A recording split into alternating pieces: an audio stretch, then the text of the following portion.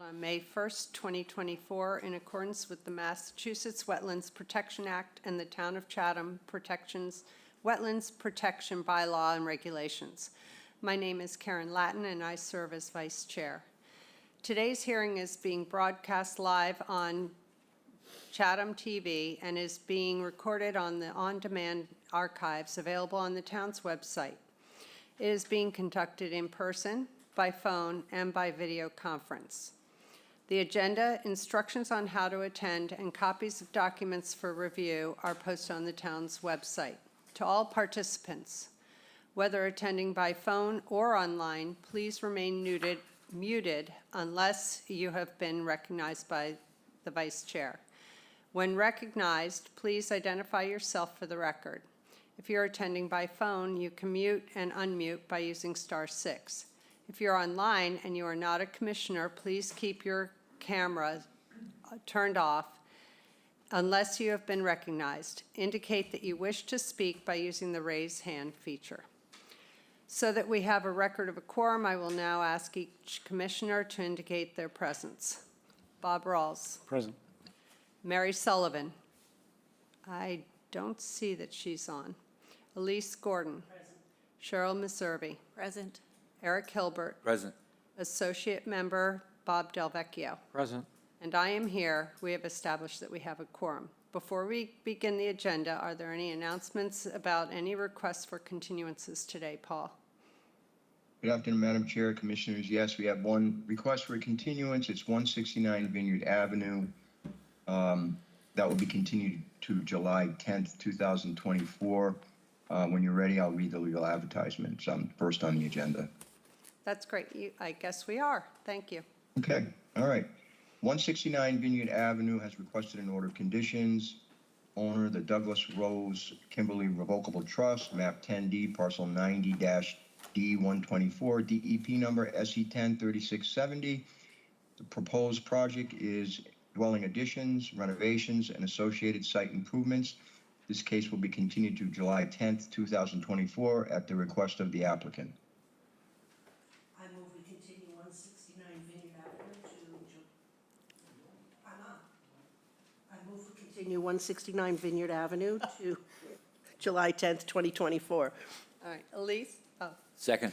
Elise? Aye. Bob? Aye. Eric? Aye.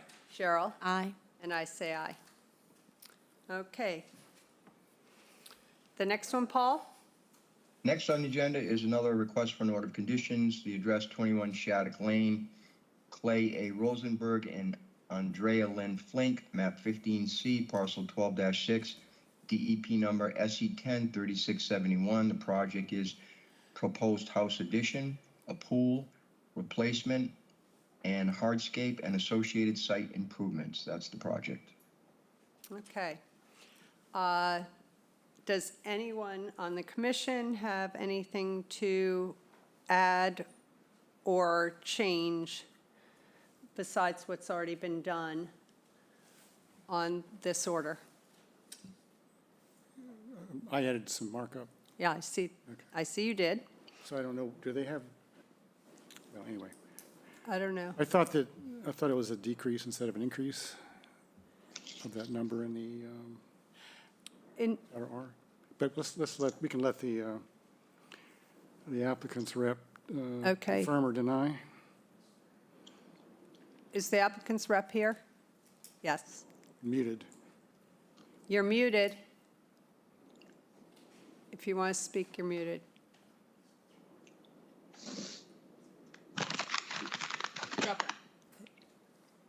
Hello, you're muted. That's good. You're, We hear you now. So, All right, the volume is pretty low, though. yeah, please speak up, but we can hear you. I'm not sure if somebody else is on. This is Sean Papich, landscape architect. I don't know if one of the other members is of the team is on here, or if you were speaking to me when you said that I was muted. I had not seen a draft of the order of conditions, so I don't know if there's anything we're supposed to respond to or look at, or if you had any other questions for us. well, normally, somebody on your team should have received the draft order. Yeah. That would have probably just been the engineer. That probably would have been Ty and Bond that would have received that. I've not seen it. I don't know if there's anything on there that Okay, well, wouldn't I be can, consistent. that's, I can, Yeah. well, I'd rather not read all the findings. no, we can't. Yeah, yeah. Conditions. What I can, so, Nope, understood. I made a couple of corrections to that, maybe you can confirm or deny, how about that? Okay, I'll give it a shot here. That sounds good. One is that the way it was drafted, it said that there was an increase in the outer or. I thought there was a decrease of 252 square feet instead of an increase. Yeah. That's correct? That's Okay, correct. Okay. Yep, that's correct. Yep, exactly. And then, yeah, so let's see, I put in there that the original pool and patio were previously approved with building permits, but Conservation Commission approval was not considered necessary because the flood zone was lower at that time. So no permits were, but also no permits were found for the shed, is that correct? You need to update the word "the" for the shed. It says for The a shed. yes, the shed. I don't know the answer to that question. Okay. On that. I thought that there was a permit for the shed also. Oh, all right. I Along thought with so decking. as well. Let me There just, was- well, if that's what others are recalling, then I'll get rid Yeah, of it that one. appeared that there was, the pool was built early on, like in the 60s, and then there were other Right. deck improvements done later, right? Yep, And I think that's where they started to find some of that information a couple weeks ago. okay. And the only other thing, I had was, there was a finding that knotweed will be managed, the knotweed on the bank will be managed with jute netting and blanketed and seeded. The wall will help contain the knotweed. I just put a comment in here for our internal discussion that this is not, it's not what we should consider knotweed management. Yeah, understood. Because they won't No, work. They won't Yeah, I work. think it sounds like I think what we were hoping to do was to handle the area that was disturbed with the wall construction with some native plantings, and in that way, try to cut back some of the knotweed in that area specifically, and if we have to go into those beds and cut knotweed out for a few seasons, but I don't disagree, to try to keep the knotweed at bay is close to impossible. I do realize that, without having to continually cut it back or to treat it with a glyphosate. And so, Right. if it makes more sense, and I believe the discussion was on any of the slopes that are challenging there, using the jute mesh, and then incorporate a seed mix, just if nothing else to hold the slope. I do agree that we weren't going to attempt to eradicate large amounts of the knotweed, and so it would be a constant fight. I don't know if there's a way to handle that in your order of conditions, how we treat that. We could also not plant what we were showing, do the seed mix, and you ultimately have the knotweed that still gets back to our structure. And that's really what that whole hillside is. I don't know if you have Yeah, thoughts about that. it's a bit of an issue. So I think there was discussion during the hearing that if whatever mitigation is near the knotweed is doomed. So it's Yeah. not really mitigation if we already know it's doomed. Yeah, right. So you're not, in effect, not offering mitigation. So that's the issue. And that's what I wanted to bring up for discussion here, is that it's not really a complete unless somehow, at least in my opinion, that somehow the mitigation, the knotweed is addressed somehow. And the only way to really do it, and you know it, and you've already said it, is to, with a licensed applicator, inject them, and then that will take care of it. I would strongly recommend the applicant do that, because it's just gonna be hell on earth from here on out unless they do. In terms of it being mitigation, maybe the words that we shouldn't use mitigation because it wasn't required to be mitigation. That It's is native true. plantings. That is Yeah, true. so- Now that we know that it's a decrease rather than an increase, Correct. technically, you're not required to submit We're not, mitigation. but we'd but- like to do the right, And- we'd like to still like to do the right thing in this location, right? And I don't know if that's working with the agent, working with your team there, and maybe working directly with them Well, when there- it comes time to address it? well, there's no, you don't have to work, you just gotta treat it, that's all. Yeah, It's either right. treat it or don't treat it. And Correct. the word mitigation is not being used in the findings because Correct. it is a decrease. So Yep. it's not being Yep. considered as mitigation. Also, number 4, fiber rolls, that was actually taken out. I don't know why that's That's back in. Neither do I. Yep, So that's that correct. should be out, the 4th finding. Yep. That is correct. So, all right. So since we corrected the need for mitigation, then technically speaking, the knotweed is outside the scope of this order, Correct. technically speaking. So we probably should just remove number 7, the knotweed on the bank. That's right. We will remove that finding. Okay. As far as special conditions, it was really our general special conditions. There wasn't anything above and beyond. No. No. I don't know, Standard stuff. since we don't have anybody here but you, and you haven't seen it, I don't know. It's to your team's benefit to weigh in on these draft Yes. orders. So Yeah. unfortunately, you're left holding the bag, so. It's not, it won't be the last time, I suppose. Okay, All right. well, Does anybody else have anything else to add? No. All right, I no, we're going to accept. Bob does. I got something. Wait, and also Paul's. Bob has something, but then Paul, you can talk. Go ahead, Bob. Hi, how are you? good, how are you? Okay, yeah, we've talked about a knotweed management plan like 3 times so far, and we haven't seen anything. I echo the same sentiment that my fellow colleagues have over here, that that knotweed, if it's not contained or controlled, it's just going to end up right near the pool. It's just going to keep running. So I'd like to see a management plan for the knotweed. And also, you know, and the right way to control it is to cut it and treat it and keep it at bay. And, you know, you should have a gap of at least 10 feet in there between your plantings or the wall and the rest of the knotweed, because it's just going to be a constant battle for the applicant. And I think it's a waste of time if you're going to invest that much money in plant material and so forth, and then leave the knotweed there. I just don't see it. It doesn't seem I think logical to me. they're thinking that that wall that they're putting in will keep the knotweed from coming up to where they're planting.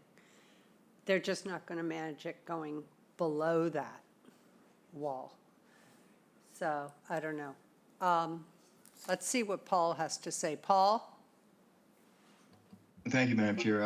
I don't have any comment on the knotweed. I think you got a good handle on that, but my recollection is on the shed that we were given documents from the building department that indicated that that was permitted, and I think the order went to the engineer. You know, that happens sometimes when you have multiple people involved. That in the future, though, probably be a good idea if you're involved to check to make sure that you get it and you have a chance to review it ahead of time. That's correct. Thank Okay. you. All right. Unfortunately, I think our knotweed situation isn't going to be a part of this project. Hopefully, they'll come back wanting to do something about it later, because it is an issue on that bank. But we've tried, and the owners said they didn't want to do it yet. And I agree, Bob, that it needs to be dealt with, but it seems to be out of the scope of this project. Yeah, unfortunately, that's the way I see it too, you know, it's, All right. Who does? Oh, Crystal. Do you have your hand up? Yes. Hi. This one was Sean Riley, so if you guys have too many questions, you can table it until the end. That's why I was wondering if I thought it was Sean. Sean can't Yeah. join us yet, and that's why another one of his projects has been pushed to the end. Do we want to table it? I think we have our answers. yeah. Yeah, I think we do. I think we're okay, except for that we don't have that Sean saw it. That is true. He has not weighed in on the rest of it. Maybe let's have a motion to table it, and then thank you, Crystal, we will bring it up at the end. It's not that we're not voting, we're just trying to make sure somebody from your team has seen this order. If you're comfortable accepting it, we So if can. you want to, yeah, if you want to wait for Sean to weigh in, Sean Riley to weigh in on it, and if he's going to be available then at the end of the meeting, you know, that's fine. As long as it's, yeah, as long as. Oh, no, it's going to be voted what we on discussed. today. It will be Yeah. voted on today. It's just, I think we're more comfortable with somebody on your team having seen the order and Makes weighed in. sense. Yep, that makes sense. Okay, we'll table it Okay. until the end. Okay. Yeah, he must. Go ahead, Elise. I move we table the voting decision on 21 Shattuck Lane to the end of this meeting. Second, Elise? Aye. Bob? Aye. Eric? aye. Cheryl? Aye. And I don't think we still have Mary, and I say aye. Okay, at the end of the meeting, we will take this up again. All right, thank you. All right, Paul? Okay, thanks. Next on the agenda is a request for an order of conditions. The address is 55 Linnell Lane, Pamela P. Kindler, map 16J, parcel 1A-R2, DEP number SE10 3664. The project is a proposed swimming pool and patio, alteration of an existing septic system, minor location change for an existing shed. That's the project. All right. Does anybody on the commission have any comments on this order or additions? Go ahead. I'm Lauren Cronin. I'm the landscape architect, just in case you guys have questions. We don't. Is anybody here? Bob's not here, is he? Bob's not here today, no. Oh, okay.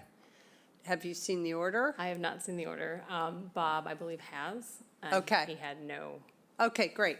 As long as Bob has, I'm good with that. All right. In the, I drafted this order, and Yep. in there, in the second special condition, I highlighted a sentence that I thought the commission ought to weigh in on, and that is whether the pool fence can serve as the mitigation delineation. We often require delineating mitigation areas.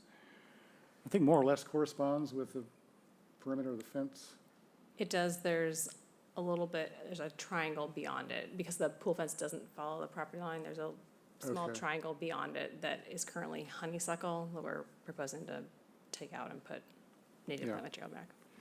Well, the only thing that occurred to me was if there was somehow a sign on the fence that said, you know, this is mitigation and should not be altered, and it should not be altered, Sure. basically, or whatever, some similar phraseology. Because it's actually just a happy accident that we could just use the fence as delineation. Otherwise, it's hard to do it otherwise. That's true. Anyway, that was my I thought. now see that you had that comment. How do you feel about this? Could we put just a stone marker in that far corner, like as a as the delineation instead? Is that where you were at the corner beyond the fence? Beyond the fence? Yeah. Well, the point of a delineation is to inform landscapers, future owners, that this is just not something you can rip out and put Right. what you like in there, because it was put in here for a reason. Yeah. And it's required to be maintained and is required to stay there. Right, So just putting a stone there doesn't really convey anything. okay. That's why I thought Sign. a little sign hanging on the fence. Okay, Mitigation area. Yeah, do not alter, yeah. sure, I think that's Okay. doable. Could we add that into the special conditions at where the pink Yeah, I could do that. is highlighted, if we just add something after that? A sign.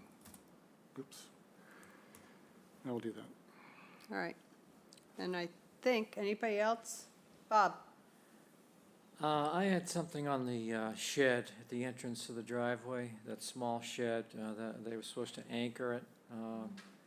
Bob mentioned that he could provide some anchors to anchor that down, That's right, I do recall that. considering it was so, close to the water.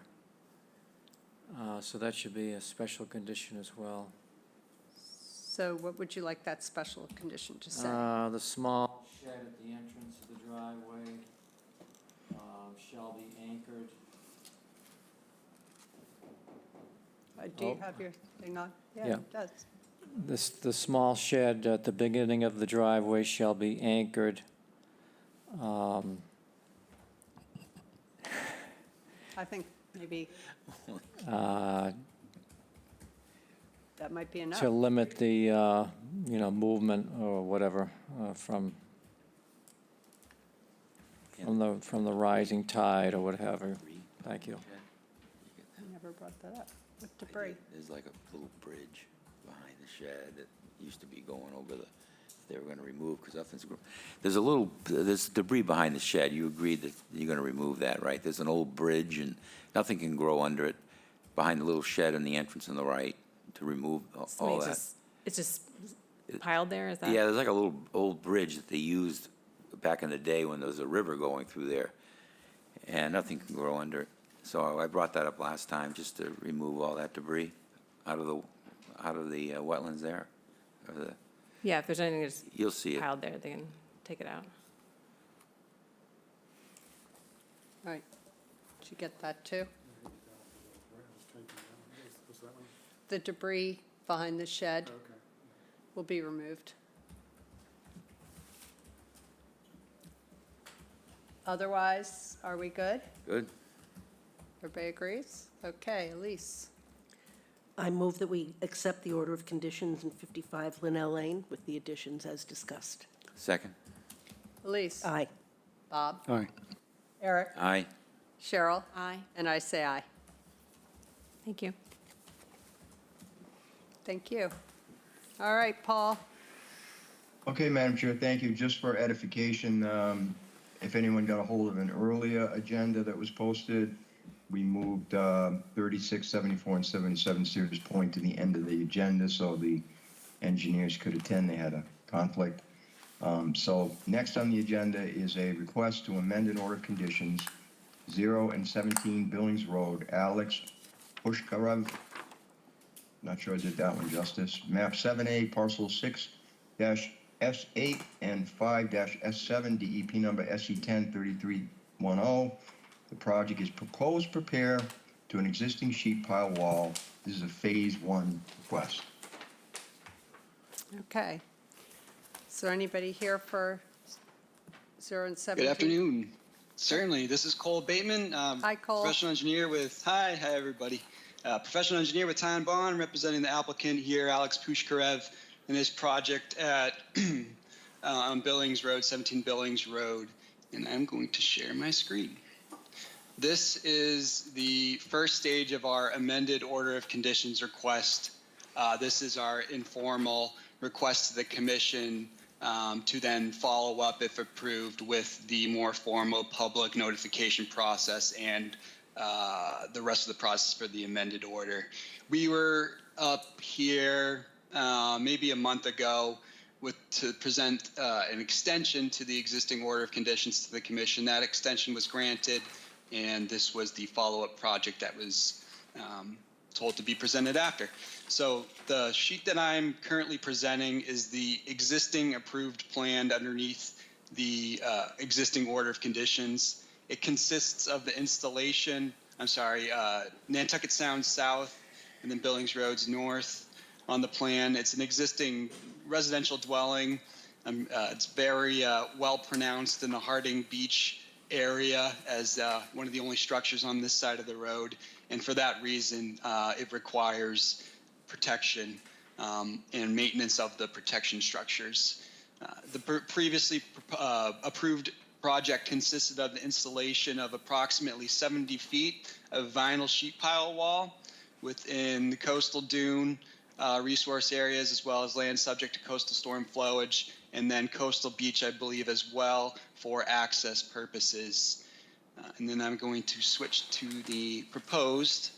This is the proposed plan, which shows a similar extension as that was previously approved, as well as the remaining perimeter of the property having the existing sheet pile bulkhead also maintained by the installation of a new sheet pile bulkhead immediately seaward of that existing wall. We believe that all the existing resource areas from the previously approved order of conditions are also part of this project, as well as the access requirements. The proposed access remains access from the upland and the driveway area, as well as use of the Hardings Beach parking lot. We realize that would require coordination from the town. And traversing down the beach and construct I'm going to go back a sheet, a access road just above mean high water to get above the revetment on the property and into this seaward lawn / dune area where we can perform the repairs from. So in summary, largely same resource areas, largely same access requirements. The expanded coverage includes a similar use of coastal resilience and flood protection measures, and we hope that the Commission, under the Special Condition 6 of the existing approved order, which reserves the right for the Commission to issue an amendment, applies to this project, and I'd be happy to answer any questions there might be. So to start, I have a couple of questions. What work has been done for the original order? Absolutely none. Okay, that's what I thought. We've granted you 2 extensions on the original order, and it's extended all the way to May 20th of 2025, which is a year away. And you haven't even started the original order. So our thoughts were, and I'll be curious to hear what the rest of the commissioners think, is if you haven't done any of the work and you've gone for 2 extensions, why, now you're amending it, why didn't you just close the original order and start over with a new order? Understood. It's a very, very good couple points, and then a couple responses to that. The first being that we do believe that this work is within the order of condition, the scope of the previous order of conditions to make it a more streamlined process for permitting. And the second is that there was a change in ownership of the property and change in priorities, and that was largely why the project is now pushing forward at a much different pace. All right. Another thing is, you didn't provide the original plans to show, there's no identification of what's the original plan that's been approved versus what you're asking for now. It shows everything, but you don't highlight the difference between the 2 different works, so, and we would want that. So, Okay. that is one thing that we will need. I'm going to turn it over to other commissioners, and then we'll see where we go. Does anybody have comments, questions? Anything? I have a question on the description. It says the top of the bulkhead will be raised to a reasonable height. What does that mean? That is a very loose description, but a reasonable height is referencing expected flood level increases for the area consistent with the CZM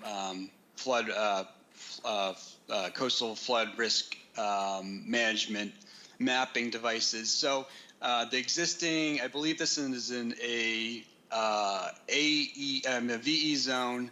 The wall currently is about elevation 9 or so, and we're proposing to raise it about 2 feet with the installation of a concrete cap. And then above that, there would be a removable flood barrier to assist with wave overtopping and debris. And the second question I have is that, so at this point, you're just removing the boardwalk, right? Is it removal of the boardwalk also? Only for construction access. It would be replaced after that. Are we to talk about the replacement yet, or, no? Okay. We haven't talked about it. I just, This is phase one, so essentially we are, at this point, just being informed of the process and Okay. what they want to do and whether we think that this is an appropriate amendment. Bob? So we have 2 extensions already on Yes. the, And it's extended to May 20th, 2025. so I think our regulations cap our number of extensions Three. at 3, which would leave you 1 year to get all of it done. So is that an issue from your perspective? So so I understand that possibly 2 years upon approval of this amended order and then one more extension. No, you have one more 1-year extension. So the most you could go out to is May 20th, 2026 for everything. Correct. If you were to close this current order that you have and do a new order, you start fresh. But otherwise, yes. everything has to be completed by May 20th, 2026. You have no extensions left. We understand that. So that's essentially 2 years if one more extension was granted next year. Yeah. That, And you think that's doable? yes. Well- There's been segmentation of this project for purposes of expediting the seawall portion because there's other parts of the project that's not included in this application that the clients would like to do at some point, but realizing through DEP the lengthy process of those proposed repairs, which aren't included today, that was the reason to segment this project out and to continue forward with this instead of the other improvements the client wishes to do. So that's another reason why this portion's being expedited. Plus the southern storms this year didn't help. So when does the second extension end? May 20th, 2025. Oh, okay, okay. Yeah, all a right. year from now. Okay, that's the second extension. Yeah. Okay.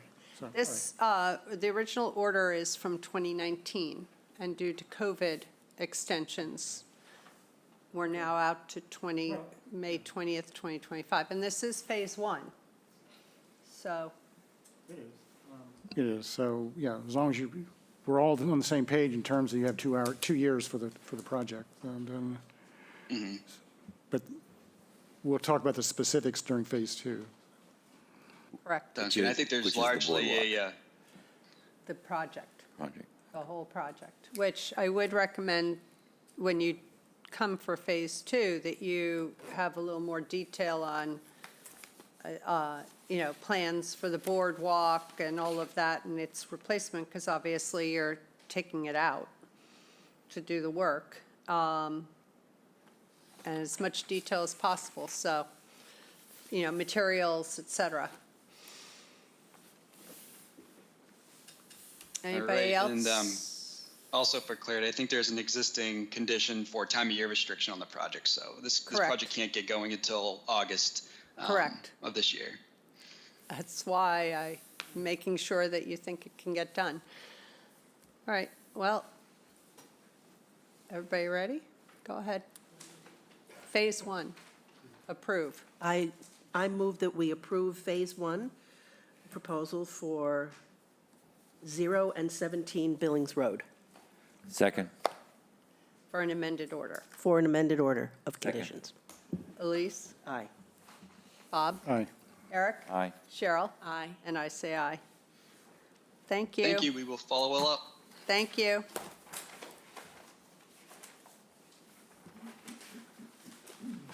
Okay, Paul.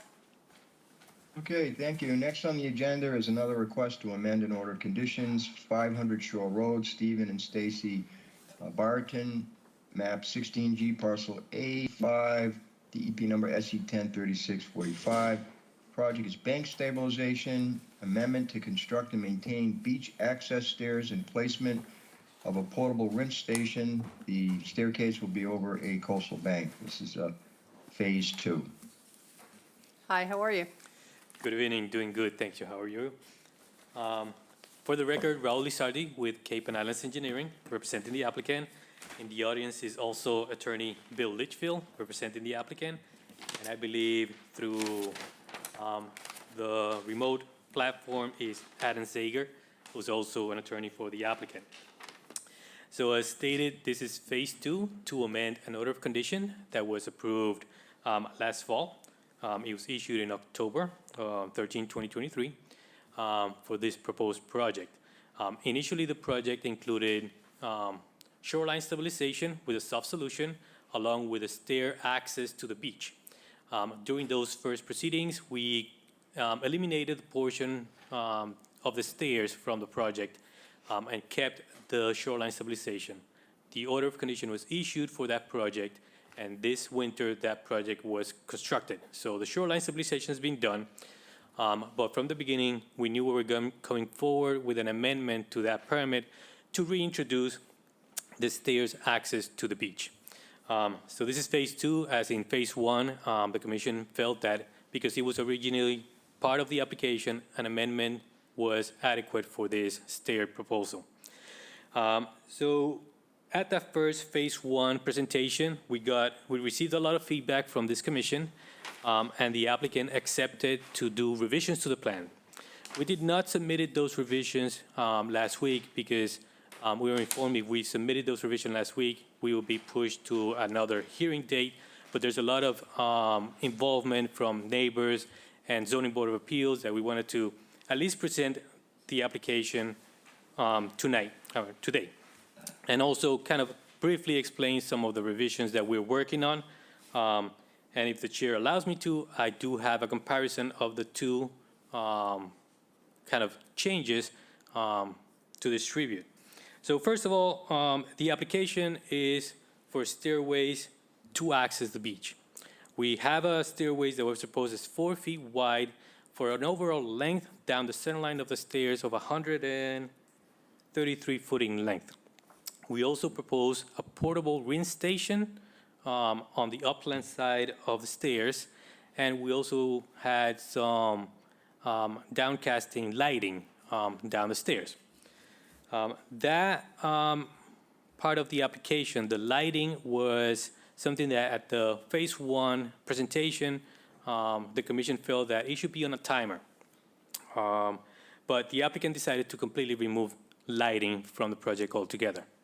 The portable station, the commission has some feedback that the property already has a rinse station, and was there a need for a portable rinse station?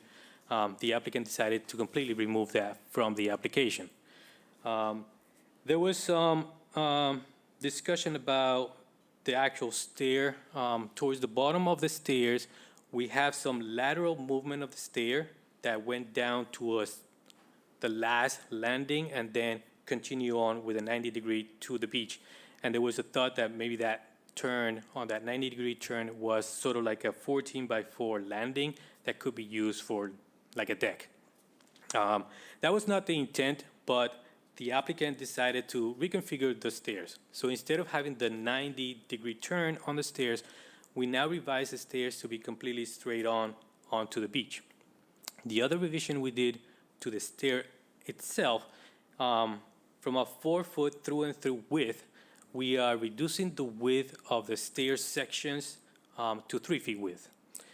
The first portion at the top of the stairs, closest to the pool, we have a bench on that side of the stairs, so that portion of the walkway is still 4 feet. Then we reduce to 3 feet. Every time there's a landing, we have that landing be 4 feet width, but only 3 foot depth. The landings are required because every 12 feet of vertical difference in stairs, we need to have a landing. So those landings are 4 foot wide, but only 3 foot in depth. This overall reduction comes back to another comment we received at phase 1, mitigation for the proposed footprint of the stair. So the original filing that we did for this amendment had a stair that's 532 square feet. These changes on the size of the structure turned out to be 404 square feet. And the applicant agrees that they can mitigate for that.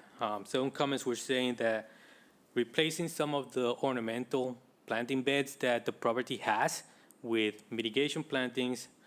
So the applicant agreed towards the north side of the property, kind of east of the existing patio and north of the deck, there is a sand beach ornamental area. They're willing to give all that up for mitigation. And that area comes out to be roughly 217 square feet. So we're still short to get to the 404 square feet of mitigation to compensate for the footprint of the stairs. So on the south side of the pool, there's a lawn area.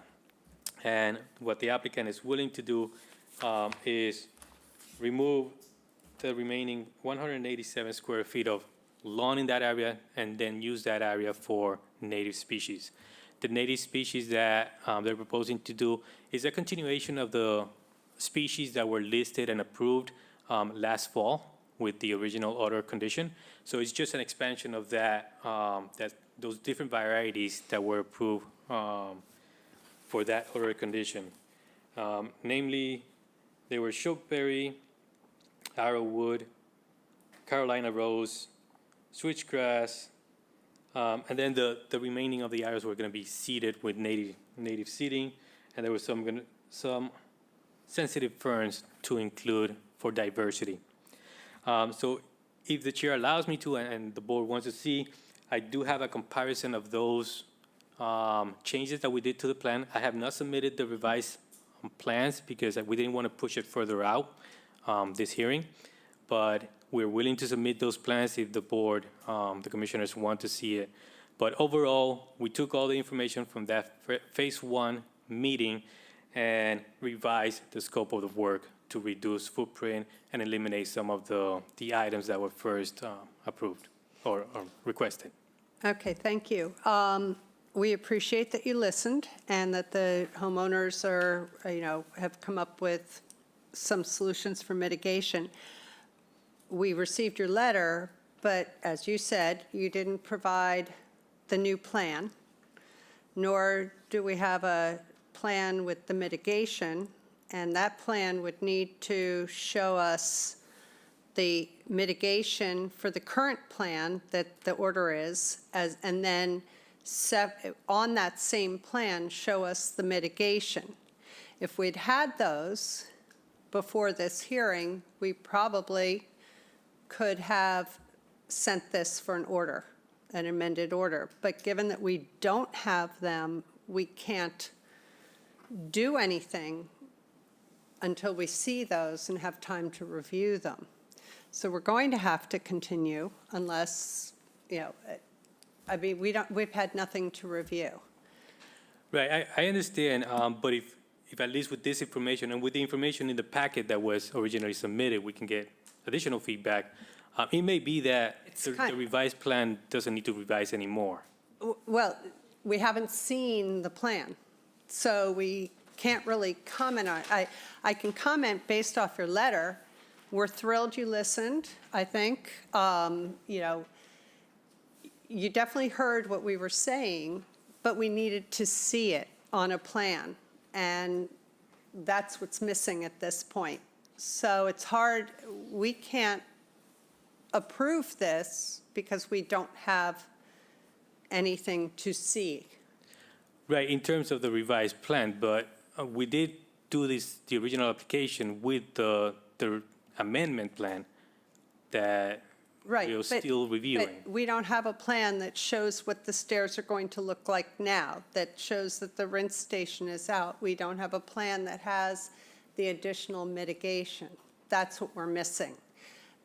If we had those plans, we would definitely be ready to, move forward. Understood, and we agree that we'll continue this hearing, but we did want to proceed with tonight's hearing because we have That's fine. zoning board of appeals that may ask this board for some comments and so forth, so we wanted to make sure that we didn't miss this one hearing. Hi, Bill. You want to comment? If I could, Madam Chairman. Sure. Thank you. Bill Litchfield here on behalf, along with Adam Zager, on the Yep. applicants. As Raul has just said, we were originally scheduled to go before ZBA on April 30th. Okay. And recognizing that this board did have some concerns, we asked the ZBA to continue that until May 30th, I believe. So we do Okay. have time for you. And we appreciate your recognition of the accommodation which the applicants have done to the plan. What we'd like to do, I think Raul, I don't mean to put words in his mouth, but I think he'd like to get some feedback from you, which I think is so far positive, about the revised plan. And then if we could set a date by which we could have approval, that would be fine. Raul, is that essentially where we are? Right, we understood that we didn't submit it, but I do have copies if the board wants to take a look at the comparison. It's just a side-by-side comparison. Right, but we also need a mitigation plan. Right, and it's included. He physically has the plans Okay. today. We realized that they weren't submitted in Yeah, we time for just your won't have formal time. review. I mean, if you, No, we can't look at them. Yeah, we're not real gonna be able time to during a hearing. evaluate it. We have to have them ahead of time. yeah, we're not going to be able to, we could have had them Friday and been able to review them. I mean, great if you want to leave them with us, but we're going to have to continue it because we don't have time to look them over and really evaluate and come up with questions. What I was thinking was, next week is super heavy for the meeting. So, I mean, if anybody has any other comments, but right now, what I'm thinking is we would continue to May 22nd, which would still get you before your zoning time.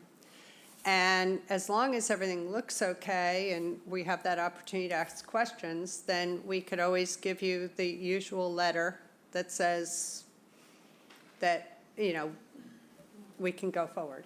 The standard letter, Madam Chairman, that the plans or that the proposal can be permitted to meet the standards, we would Right. understand that. If there are broader issues, Attorney Zager is here to talk about them, and I think Attorney Hurry, on behalf of some of the neighbors, might like to raise them as Right. well. If today would be an opportunity to discuss that, maybe we could resolve that issue. That's obviously up to the commission. Okay, well, let me hear first from commissioners how they feel about what we've heard so far, and then if, you're obviously more than welcome to speak, so.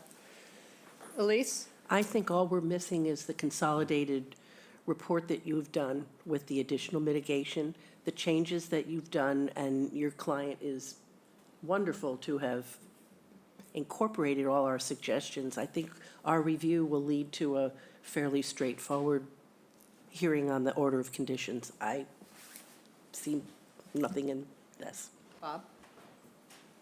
On the face of it, it sounds great, but the devil sometimes can hide in the details, so we'll need to see it.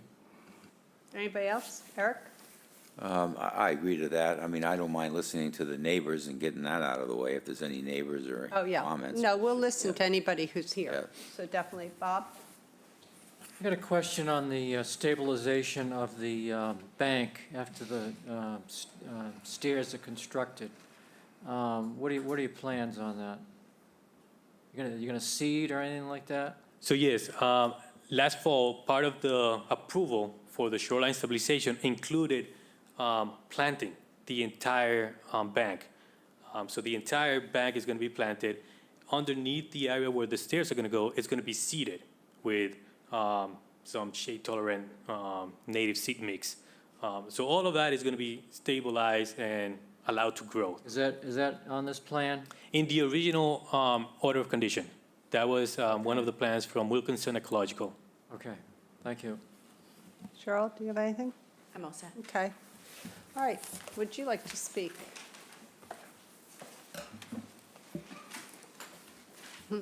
Thank you and good afternoon. My name is TJ Hurry. I'm an attorney, and I represent Greg and Heather Butler. Heather is with me in the crowd today. Greg is with us virtually. In addition to the Butlers, we also represent the Aunt Lydia's Way easement holders. When I was before you during the last hearing, I indicated that we were preparing our own plans to submit for our own stairwell along that easement area. I indicated to you that those plans were in process. I can tell you this afternoon that they have been finalized and we've made our initial submission to DEP. So with that having been said, we are hoping to get on your agenda soon and addressing you further. From what I have heard, you submitted everything necessary to us, and it's on the agenda for next week. Fantastic. So with that having been said. Anything else? If there's any questions, we look forward to addressing you soon. At this point, I don't think we have any questions because we haven't seen anything. Of course. But thank you very much. Thank you. Anyone else? Do we have, can't tell, I don't think anybody else has their hands raised. Okay, so I think at this point, we need a motion to continue phase 2 to May 22nd. I move that we continue 500 Shore Road to May 22nd, 2024. Second. Elise? Aye. Bob? Aye. Eric? Aye. Cheryl? Aye. And I say aye. Thank you very much. Thank you. Could I leave the revised plans with? Sure. You, just as long as you also remember that you should submit digital versions. Yes. For those of Yes. us who don't do paper. So I have 10 copies. I don't want them to go to waste, so do you need 10 copies? No. Need one, right here. No, wait. We need, what's the usual, 4? Yeah, I We think need it's 7. 7. Crystal, I knew Crystal I would. need 3 upstairs. Yep, I'll bring them to you, Crystal. Okay. Thank you. Crystal stuff. All right, then, Paul, I think we're ready for the next. Thank you, Madam Chair. Next on the agenda is a notice of intent submission. Thank you.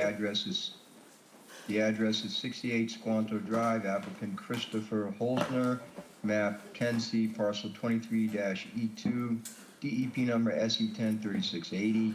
The proposed project is a retaining wall, generator, expanded vegetated buffer, invasive plant removal, and removal of 4 trees at the bottom of the coastal bank, and replant with native vegetation. That is the project. So you're going to file the ZBA for this? Okay, perfect. Sorry, good afternoon, everyone. Teresa Sprague and Mike Tanis with Blue Flax Design and Attorney Litchfield on behalf of Christopher Holzner, the property owner at 68 Squanto Drive. We have submitted a notice of intent application for the proposed project, which the project's main goal is to stabilize the coastal bank, manage erosion by removing invasive vegetation, replanting with native plant species, as well as installing a generator in the utility area to the east of the existing dwelling. That generator requires a low retaining wall approximately 1 foot high in order to level that area out to provide a level area for the generator. In addition to the plan showing the proposed generator, the invasive species removal and restoration, we have included a coverage calculations table on the plan that shows that a proposed increase of 24 square feet for the generator area within the 50-foot no disturb zone. And proposed mitigation, total coverage of the restoration mitigation planting, 4,702 square feet. Mike's going to go into detail on the mitigation restoration portion of the project in just a moment. In addition, with our notice of intent application, we've included an alternatives analysis for the installation of the generator, as the generator is proposed for, it is located within the no disturb zone. We've considered three alternatives, including no generator, which does not meet the needs of the homeowner, so that is not a preferred alternative. We did look at installing the generator to the west of the dwelling, outside of the 50-foot buffer zone, but because of the location of the utilities, gas, electricity, et cetera, and the location of the septic system in the front yard, the amount of trenching that would be required to run the electrical and gas to the west side of the dwelling in order to site that generator outside would actually require more environmental disturbance than the proposed area within the 50-foot no disturb zone. The area where the generator is proposed is already a utility area. There's no existing native vegetation, and it's within 10 feet of the structure of the existing dwelling. So we feel that with that, and then with the proposed restoration and mitigation being provided, that this location of the generator is a preferred alternative and can be approved and conditioned with the approval of a variance at the commission's discretion.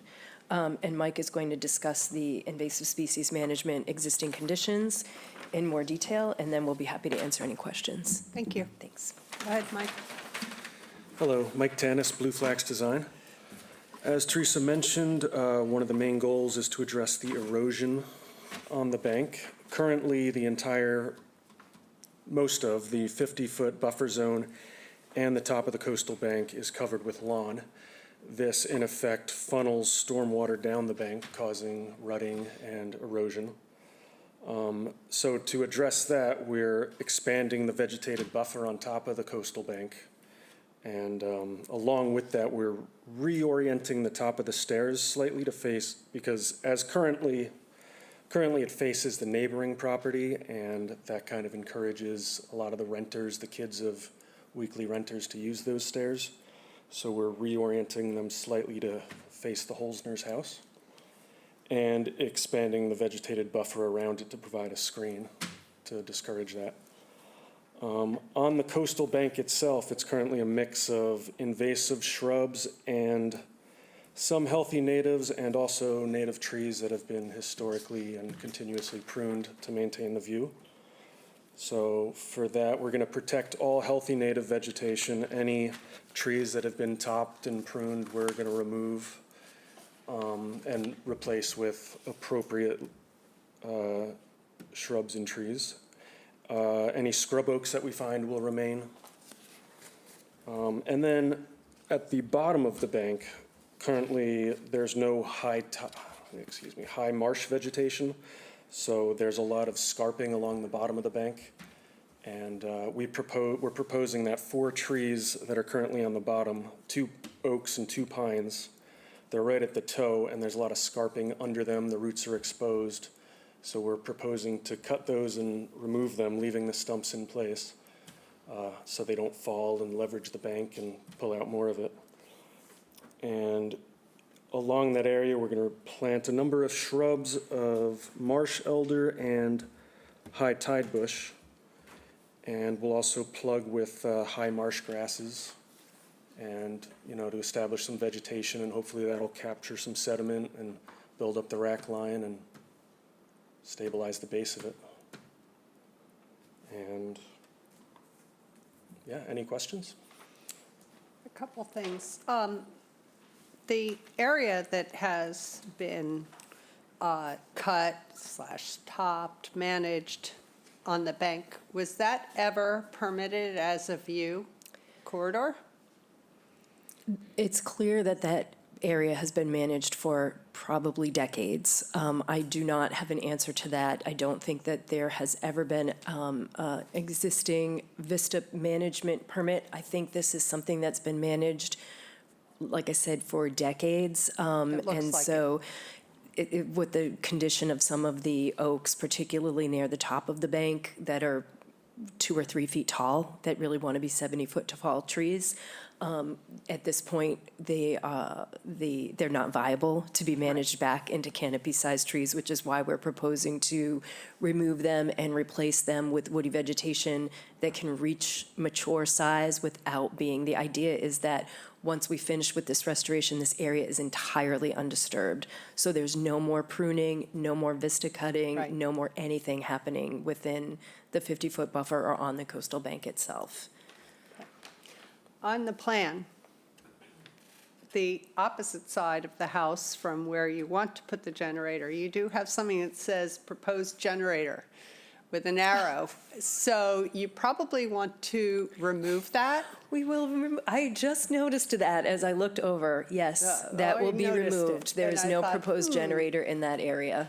And is there any way to move the generator back at all? Go ahead, Mike. It would be less of a hill if you moved back some. So the generator has to be a certain distance Right. from windows, and it has to be a certain distance from the other utilities, Oh, and that's okay. where it's cited. So there has to be a certain amount of clearance around the generator. So it's been cited, ideally, it would be a little bit closer to the house, but there is a window there, and so it has to be pushed a little further away, and there has to be a certain amount of clearance around the generator.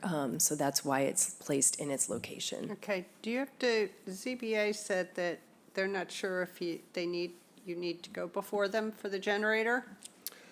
We will let Attorney Litchfield answer that question. I saw him jump up. Sorry, Bill.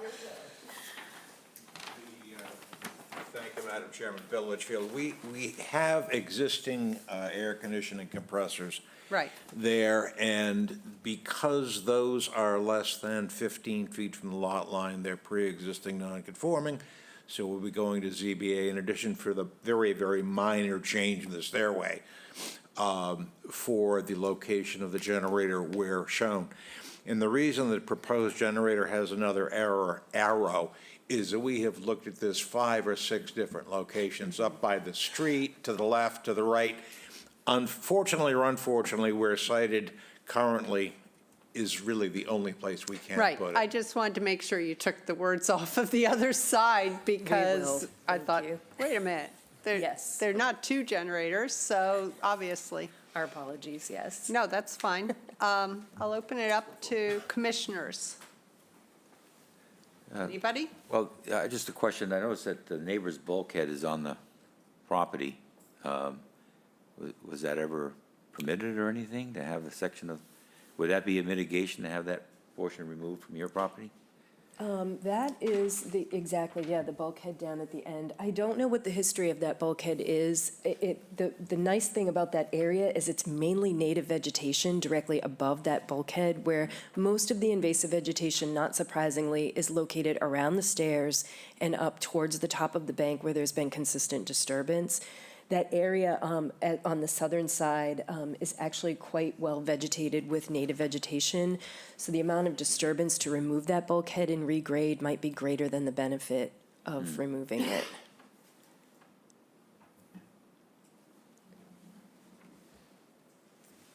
Anybody else? That's, I got something, Karen. Sure. So are you going to remove and replace the stairway? There is no proposal to remove and replace the stairway. Okay, now underneath the stairway is like a gully. It's really eroded, and there's no vegetation growing underneath, and it seems like it's constantly being eroded further. Yep. Any plans on correcting that? We can attempt to plant, because of the existing vegetation, I don't think there's a lot of light reaching that area under the stairs. Perhaps like Pennsylvania sedge, we could plug into that area, maybe stabilize it, blanket it, and plug some vegetation into it.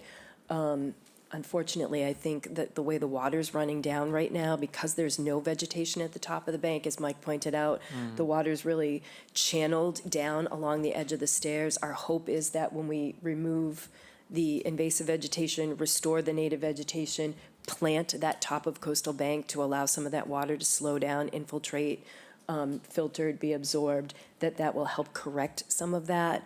We're going to have to kind of watch and see on that. So I think that should be something that we look at very closely during the 3-year monitoring period, and then address that if we can with additional planting. And then, yeah, that would be good. And along the bottom of the bank, there's a lot of erosion taking place, I think, from the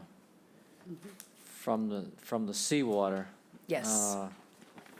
And that's why you have those trees that are really almost falling over. Any plans to address that at all?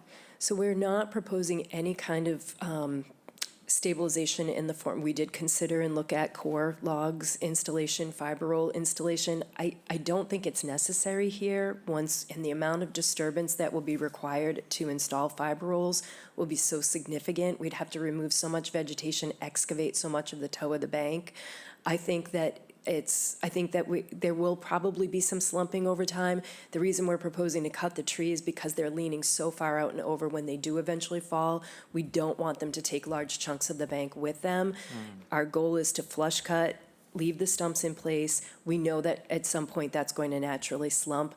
I am not concerned about it destabilizing the bank. The house is not so close to the top of the coastal bank that I'm concerned about any stability at the top of the coastal bank. Again, something to monitor over time. I think first steps would be, let's try and get it vegetated. Let's remove that weight, try and get the area vegetated. As Mike pointed out, that vegetation will hold some of the rack, and then eventually some sand will start to accrete in that area. If we see over the course of, the next 7 to 10 years that it's becoming significantly more scarped, then we may come back with a fiber roll installation, but I would hate to jump to that right now. I think the scarping at that toe is just part of what's happening in a fairly dynamic system. It's not a velocity zone, it's an A zone. So I'm not as concerned as I would be if it were a V zone. You wouldn't want to just nourish it with some sand and then maybe plant some beach grass into it or something like that I mean, I think the temporarily? beach grass would be a really short-term solution, because I think having salt marsh grasses in there would be better than doing Ammophila beach grass. So I think getting the vegetation, and really the best way to get that beach elevation up is to get the rack, give the rack a chance to kind of hold and stay in place and not be washed away. I think the high tide bush, the baccharis, and the Ivofructescens in the baccharis will help hold some of that rack in. I think that's the best way to approach it. It's the least amount of disturbance to start. Fiber roll installation in this location would be barging in fiber rolls because there's no access. It would be a tremendous amount of disturbance, and I just don't think it's necessary. Okay, thank you. Yep. Elise? Teresa, I noticed some sprinkler heads along the house. Is there and I know you're not going to do permanent irrigation for this. I just wanted Correct. to confirm that that's not going to be extended into the No, there'll new be area. temporary irrigation just to get Okay. the vegetation established, and then the irrigation would be removed. Okay. Yes. Thank you. Bob? I was trying to look at your documents, but I realized that whenever I look at them, it changes what I have on the Yeah, slide. So- it does. And you submitted about 97 documents, so it's hard to find the one that I was looking for. It's okay. Is there a site map? Yes, the site plan we should have mentioned was done by TS Surveying. Tom Stello did Okay. the survey plan of the site. I think maybe I got a little confused. You're not putting a bulkhead in, right? No, not at all. Okay, No, nothing there's at an all. Okay. existing portion of bulkhead. I think I got confused. Yes. I Is that what confused you're you. looking for? I confused you on that. Maybe that was you. It's right, it was you, Eric. Yep. We met up, we ran into each other at the site, so that's good, because I was going to have all kinds of issues with it, so. No, I don't have to no, worry we're about not, no. Karen started out talking about view corridors. Effectively, I mean, you're not asking for a view corridor. No. Effectively, you'll have a vista You will. corridor because you're going to take down any tree that's in the view. Well, any tree that's been cut, there are a number of scrub oaks in here that are going to remain, and any tree that obviously hasn't, we're talking about the trees that have been kept at like a 3-foot tall, they're like oaks. Those are the ones that we're proposing to flush cut and then plant shrubs. There's no canopy trees that we're proposing to remove, and we're not proposing to remove the scrub oak. Okay, so are you removing native shrubs of various, There's some existing viburnum. Mike has a better sense of what's on the coastal bank. He did a close analysis of the vegetation. There's pockets of really healthy sheep laurel and bayberry. There's some viburnum there. Any native shrubs that are damaged, we'll flush cut and allow them to regrow. But we're Okay. not proposing removing any to native rip them shrubs. out? Okay, And by damaged, he means damaged by invasive vines. Yes. Not, yes. right. okay. Just wondering whether or not, as part of your application, you should have a view corridors demarcated, delineated, indicated, so that in the future, it's acknowledged that there is such on this property, but They didn't really apply for one. I know, that's what I'm. Right, no. So in essence, you're getting one because the trees that have been cut are being, removed and you're putting in shrubs. It's tough because I'd say that yeah. it's been managed for a number For a of long years, time. for a You long can tell. time with a vista, so it's hard to, I couldn't even tell you, when and how long it's been pruned. It's probably just been that way, I hate to say forever, but Yeah.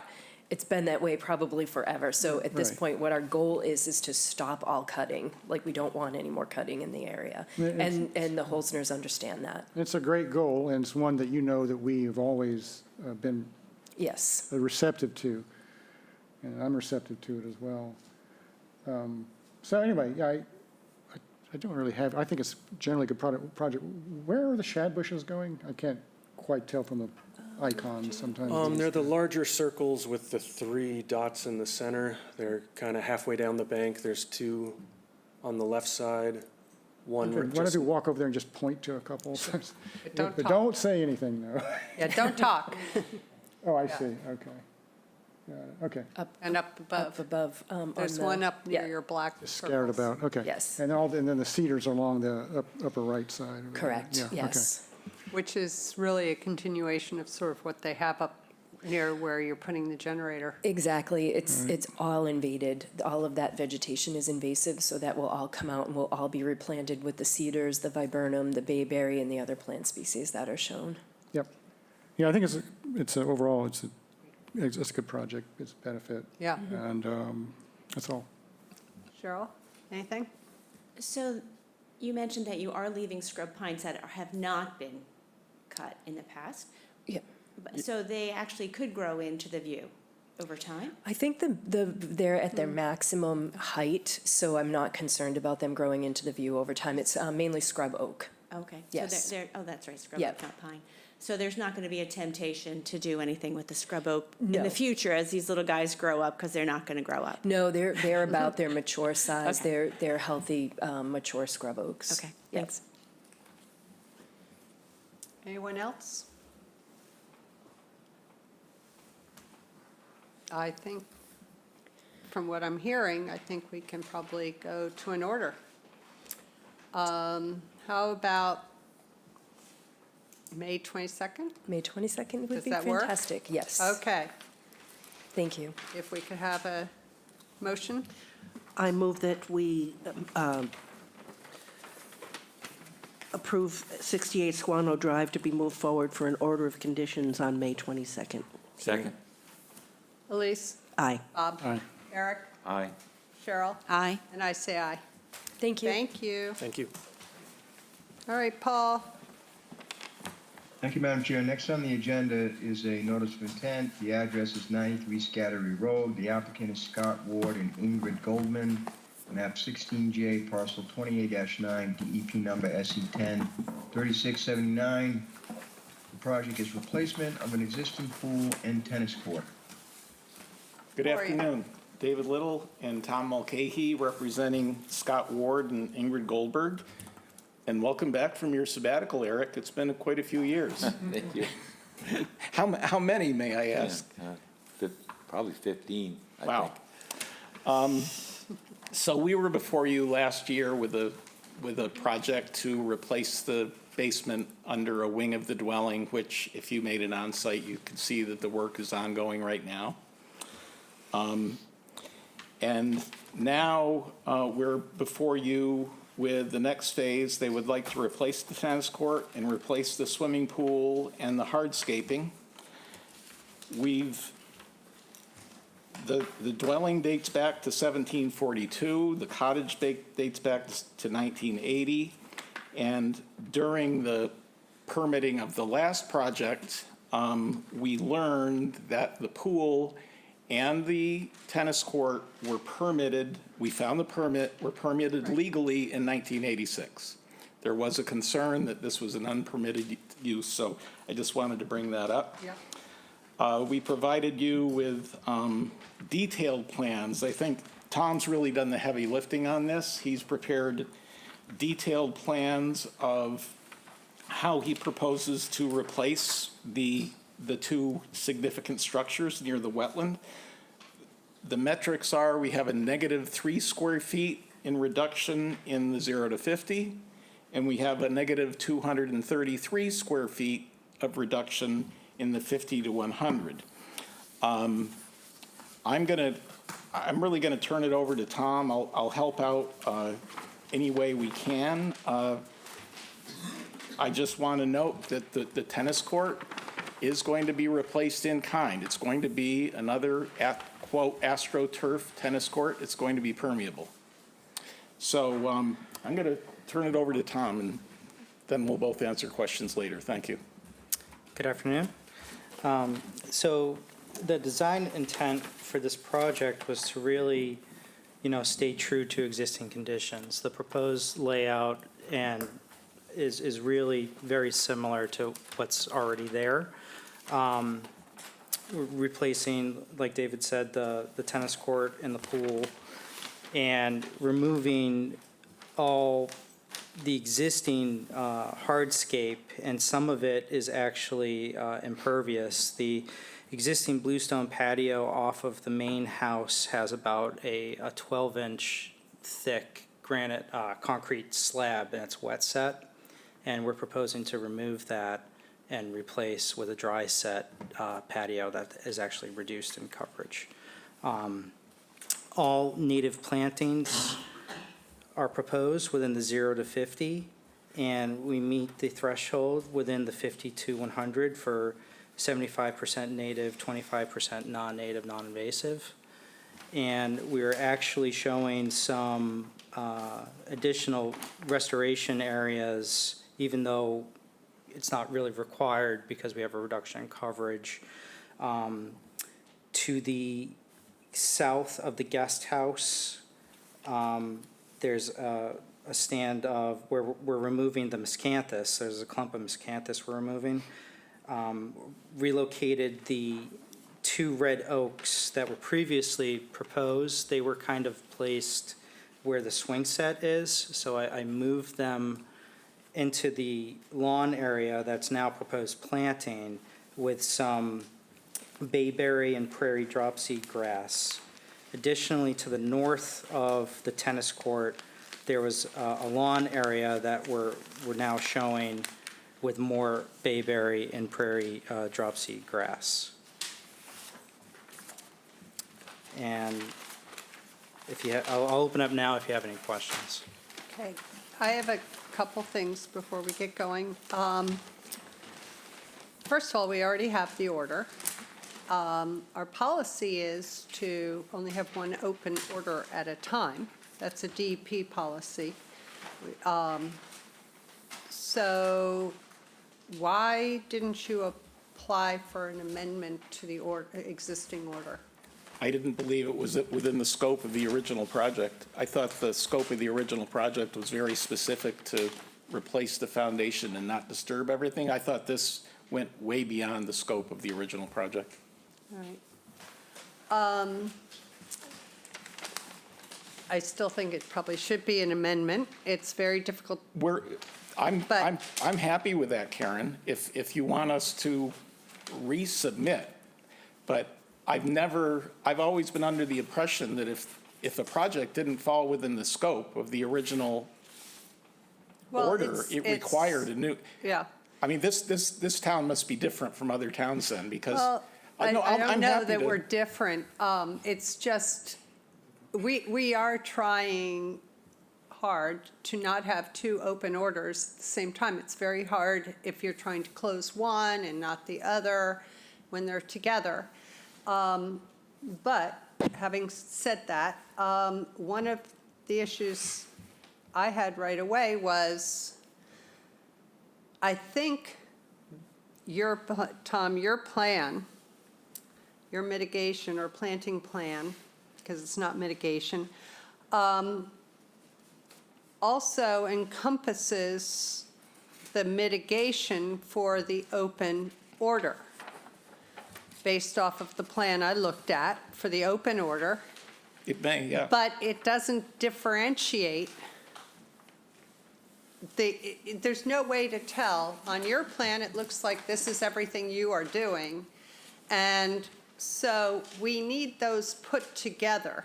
And I know they were prepared by different groups, but we need it somehow delineated that this is for the order that's open, the current order, and this is additional. And if you're changing anything as far as plantings, because I didn't get that far into the detail, from the original order of what's going into that area, it should be highlighted and let us, and dealt with. Understood. And I'll dive into the weeds on that and make that very clear. That'd be great.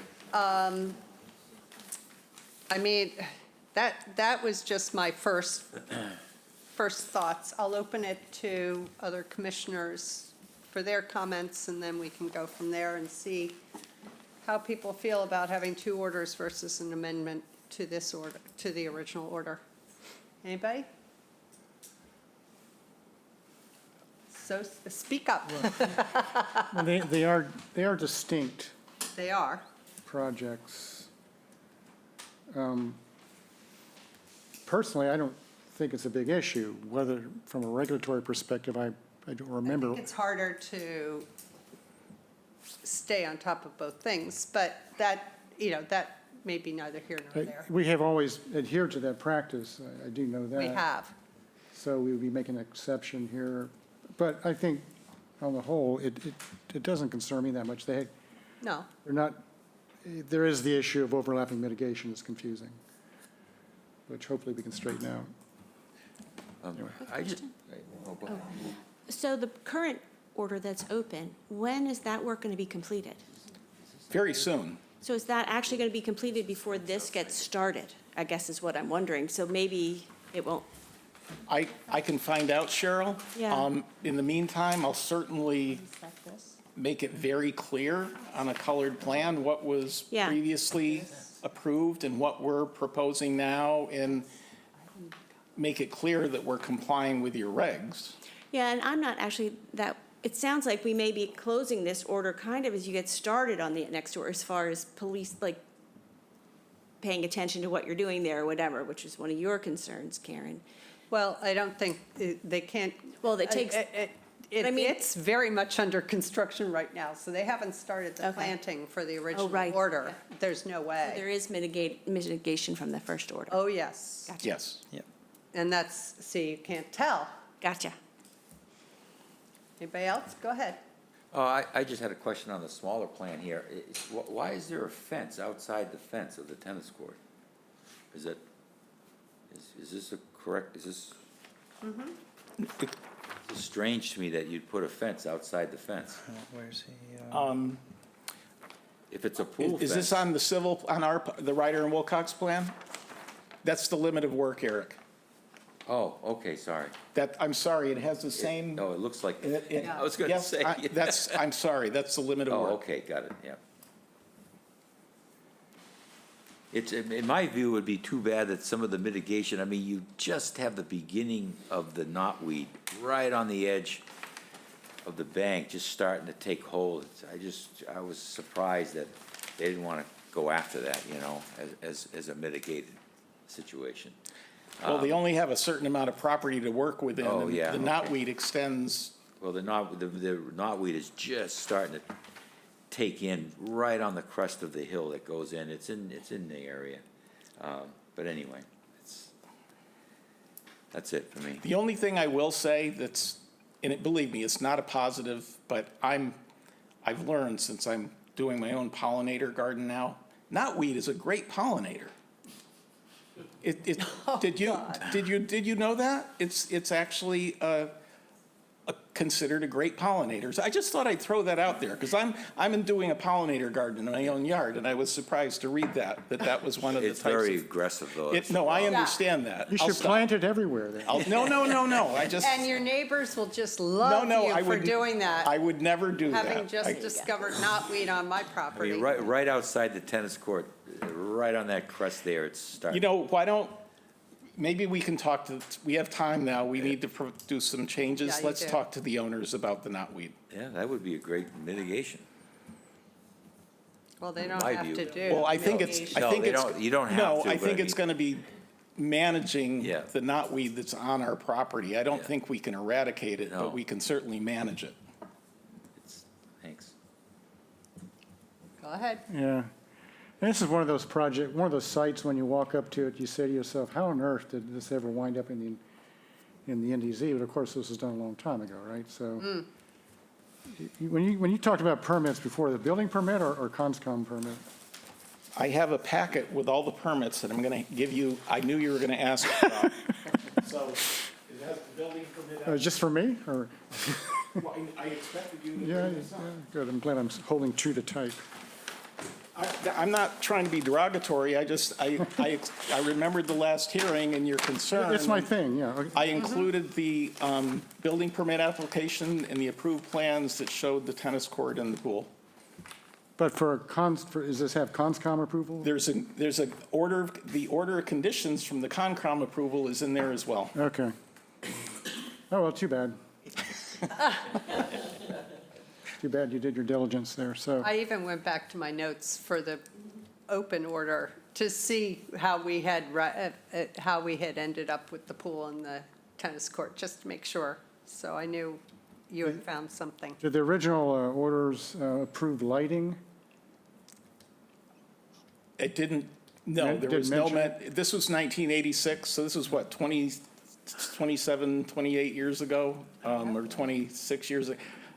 No, 30-some years ago, I don't know. Okay, all right. But you obviously will have the opportunity to condition that in any way you want. No lights?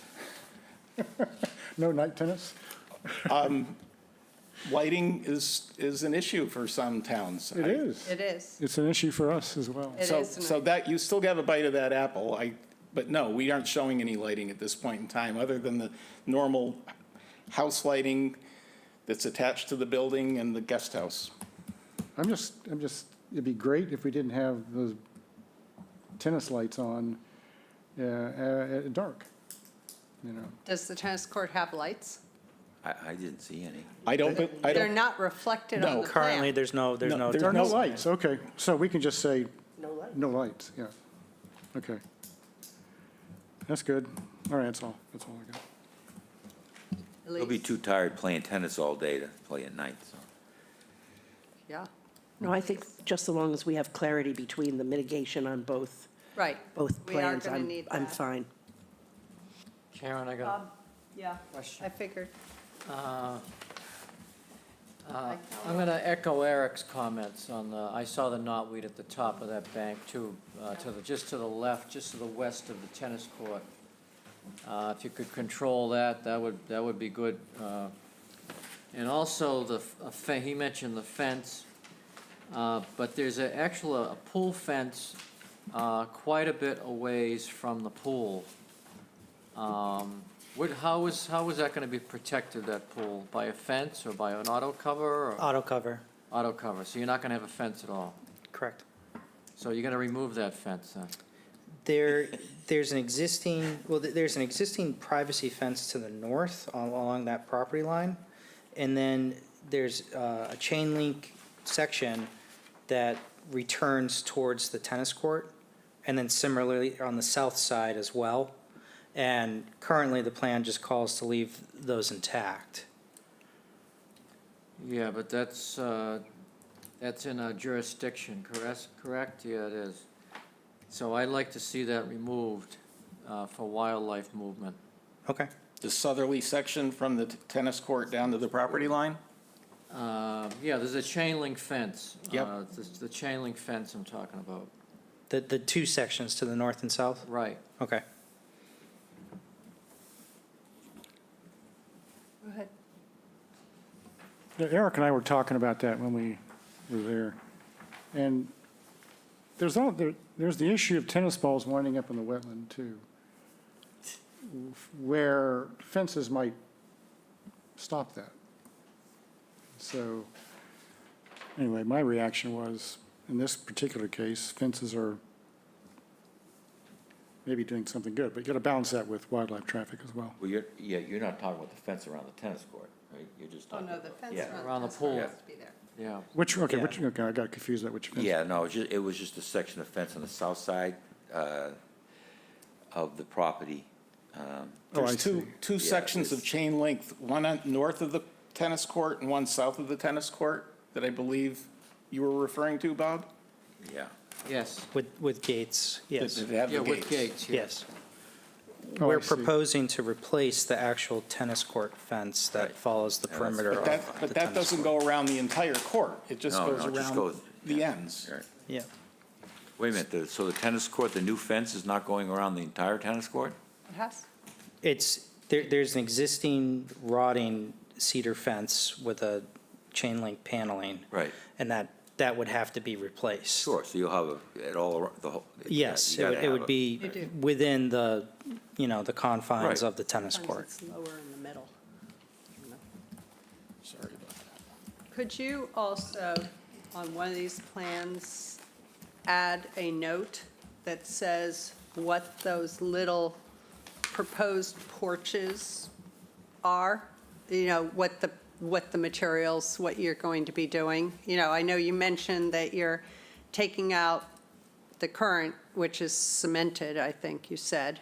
Yes. And you're going to dry lay them. Could you just somewhere put a note on one of these plans as to what you are doing for those? Yes, if you look at, I know there's quite a few plans. If you look at Oh, I maybe missed Sheet- it. L2, that's the materials. Oh, okay. And grading. Yeah. It's in there? Yes, every area is delineated and called Okay. out. Okay. Sorry. Anybody have anything else? All right. So we need updated plan for the planting.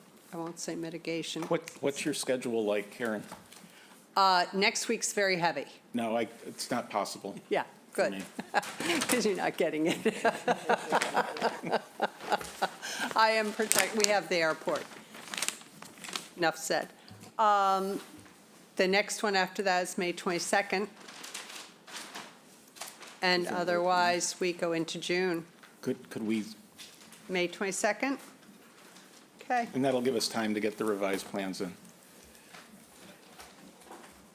All right, we need a motion. I move that we continue 93 Scattery Road to May 22nd, 2024. Second? All right, Elise. Aye. Bob. Aye. Eric. Aye. Cheryl. Aye. And I say aye. Thank you. Welcome back, Eric. Thank you. Okay, Paul. Thank you, Madam Chair. Next on the agenda is a request for a certificate of compliance. The address is 72 Seamus Lane. Applicant Joel Bertuzzi, map 1A, parcel 1K, DEP number SE10 3267. Project was restoration and land management. I've reviewed the application. It was complete. It was issued in 8/20/2018. The project was to restore vegetation, remove invasive species within the aura and on the coastal bank, and create a vista corridor. An as-built plan was filed which defines that corridor. There's an ongoing condition in the order that prevents any cutting outside of that corridor. There are updated monitoring reports submitted. Can you hear me?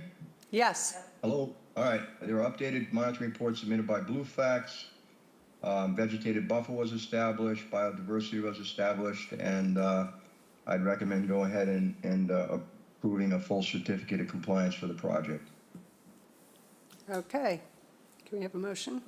I move that we. Can I just make a comment first? Sure.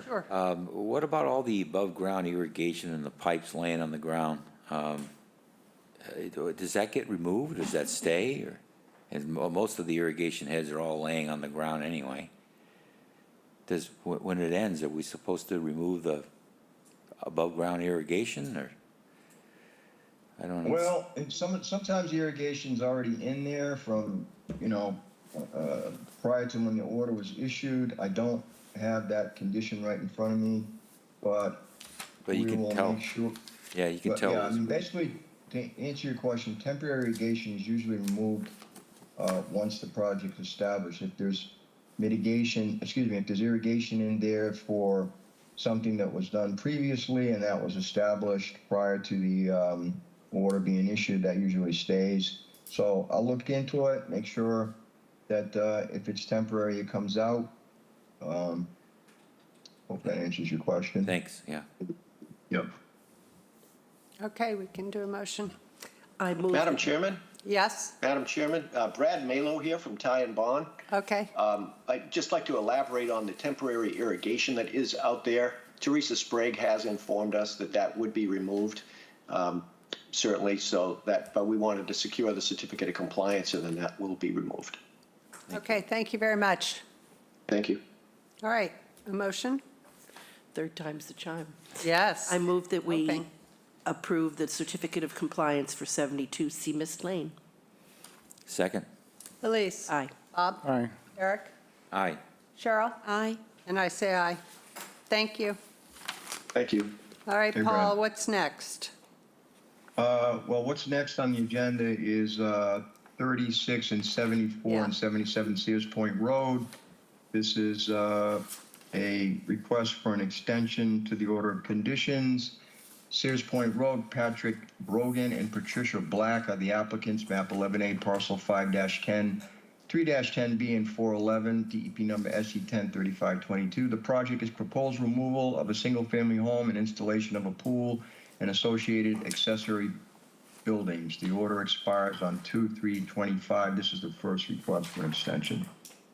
All right, hi, Sean. Good afternoon. For the record, Sean Riley with Ty and Bond. This is one of those projects where we combined a number of orders of conditions into a single order when the applicant purchased 36 Sears Point Road and came before you with a plan to raise the two buildings and replace them with an individual dwelling and a tennis court. This is a unique situation where we've gone to the building commissioner to ask to put the tennis court in before the primary dwelling, and we received an extension on our zoning permit for 2 years, and we need to give the building commissioner assurance that we have the permits in place to construct the primary structure, which they intend on doing this upcoming fall and winter. To start that construction, the expiration of this permit is not until the beginning of next year, but the build is an 18-month build, and we need to give the building commissioner assurance that we're going to have the permits in place to finish that job. So that's why we're here early to ask for the extension that we're asking for. Okay, thank you. When we saw this, and it's not expiring till February 3rd, 2025, I know this is your first request, and nothing's been done, I think, in the last 2 years, correct? No, the last 2 years they've finished up, and I can share, if I could share my screen, I'll show you the Google Earth image of what they've done over the last couple of years. This is 2021. Is everybody seeing my screen? Yes. So they've essentially, they worked on the pool and all of the work related to 74 and 77. And they've also removed the 2 existing dwellings. So this is another image from 2023. You can see that they've pretty much finished up with all of the work on 74 and 77.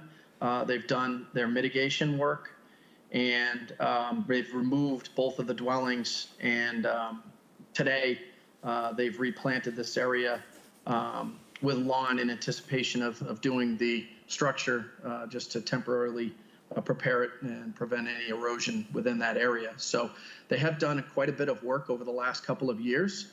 And now they're looking to just continue with that work with that open order that's open for all the properties.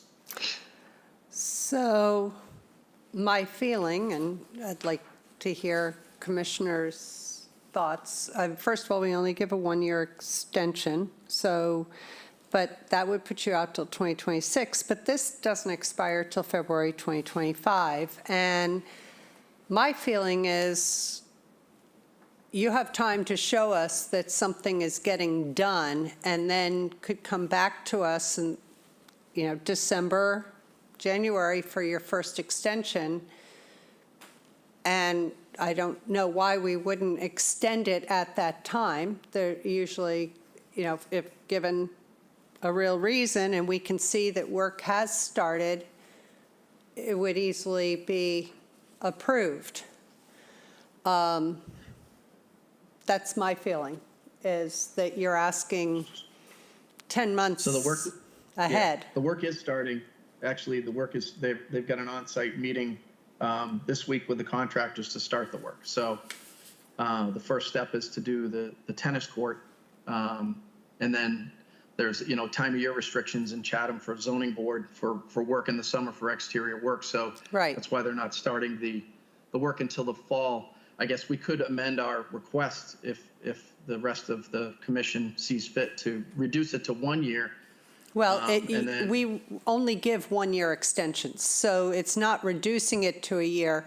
That's all we are permitted to give is you can request a 1-year extension up to 3 times. So you wouldn't get a 2-year extension, but That's actually a Chatham policy is the 1 year that Yes. you are authorized to. Yep. So. Understood. How come so early, Sean? How come so early? Why are we asking for it? Because Yes. the build is starting, and the zoning enforcement officer is allowing us to build the accessory structure with the anticipation of the primary structure being built.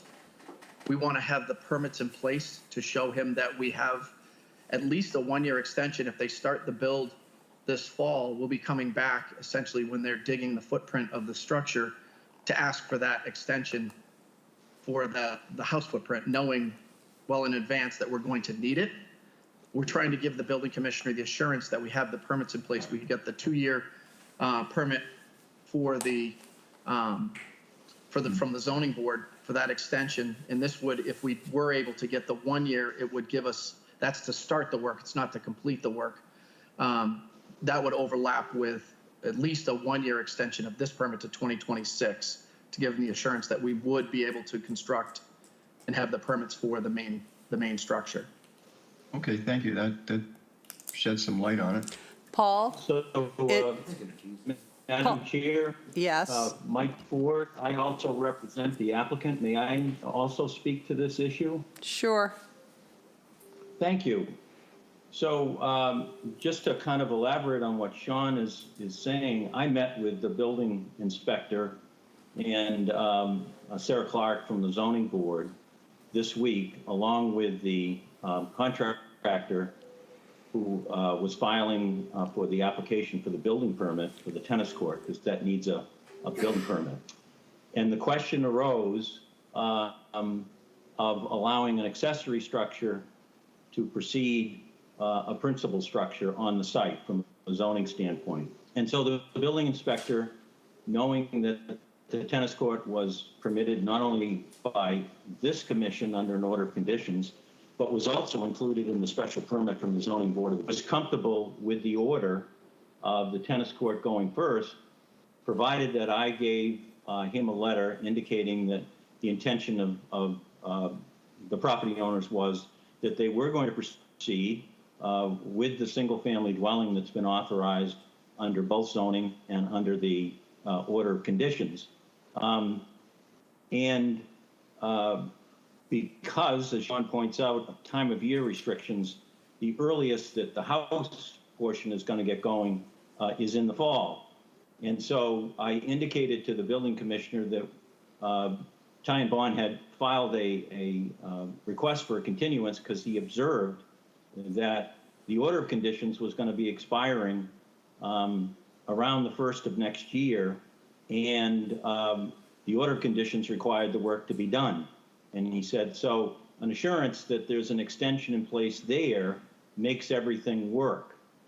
And so while this may be a little unorthodox to come in 10 months ahead of, or 9 months ahead of the expiration, that's the reason we're trying to keep all these things together and give assurances to both boards.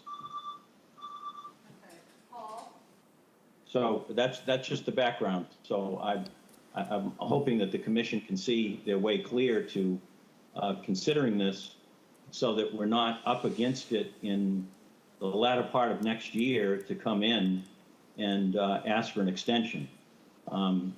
As Sean pointed out, this order of conditions at the commission's request was put together for both sites so there'd be one order. There's been continuous work going on under that order on the other lot, because they're both under the same order, with the swimming pool having been finished and all the mitigation being done for there.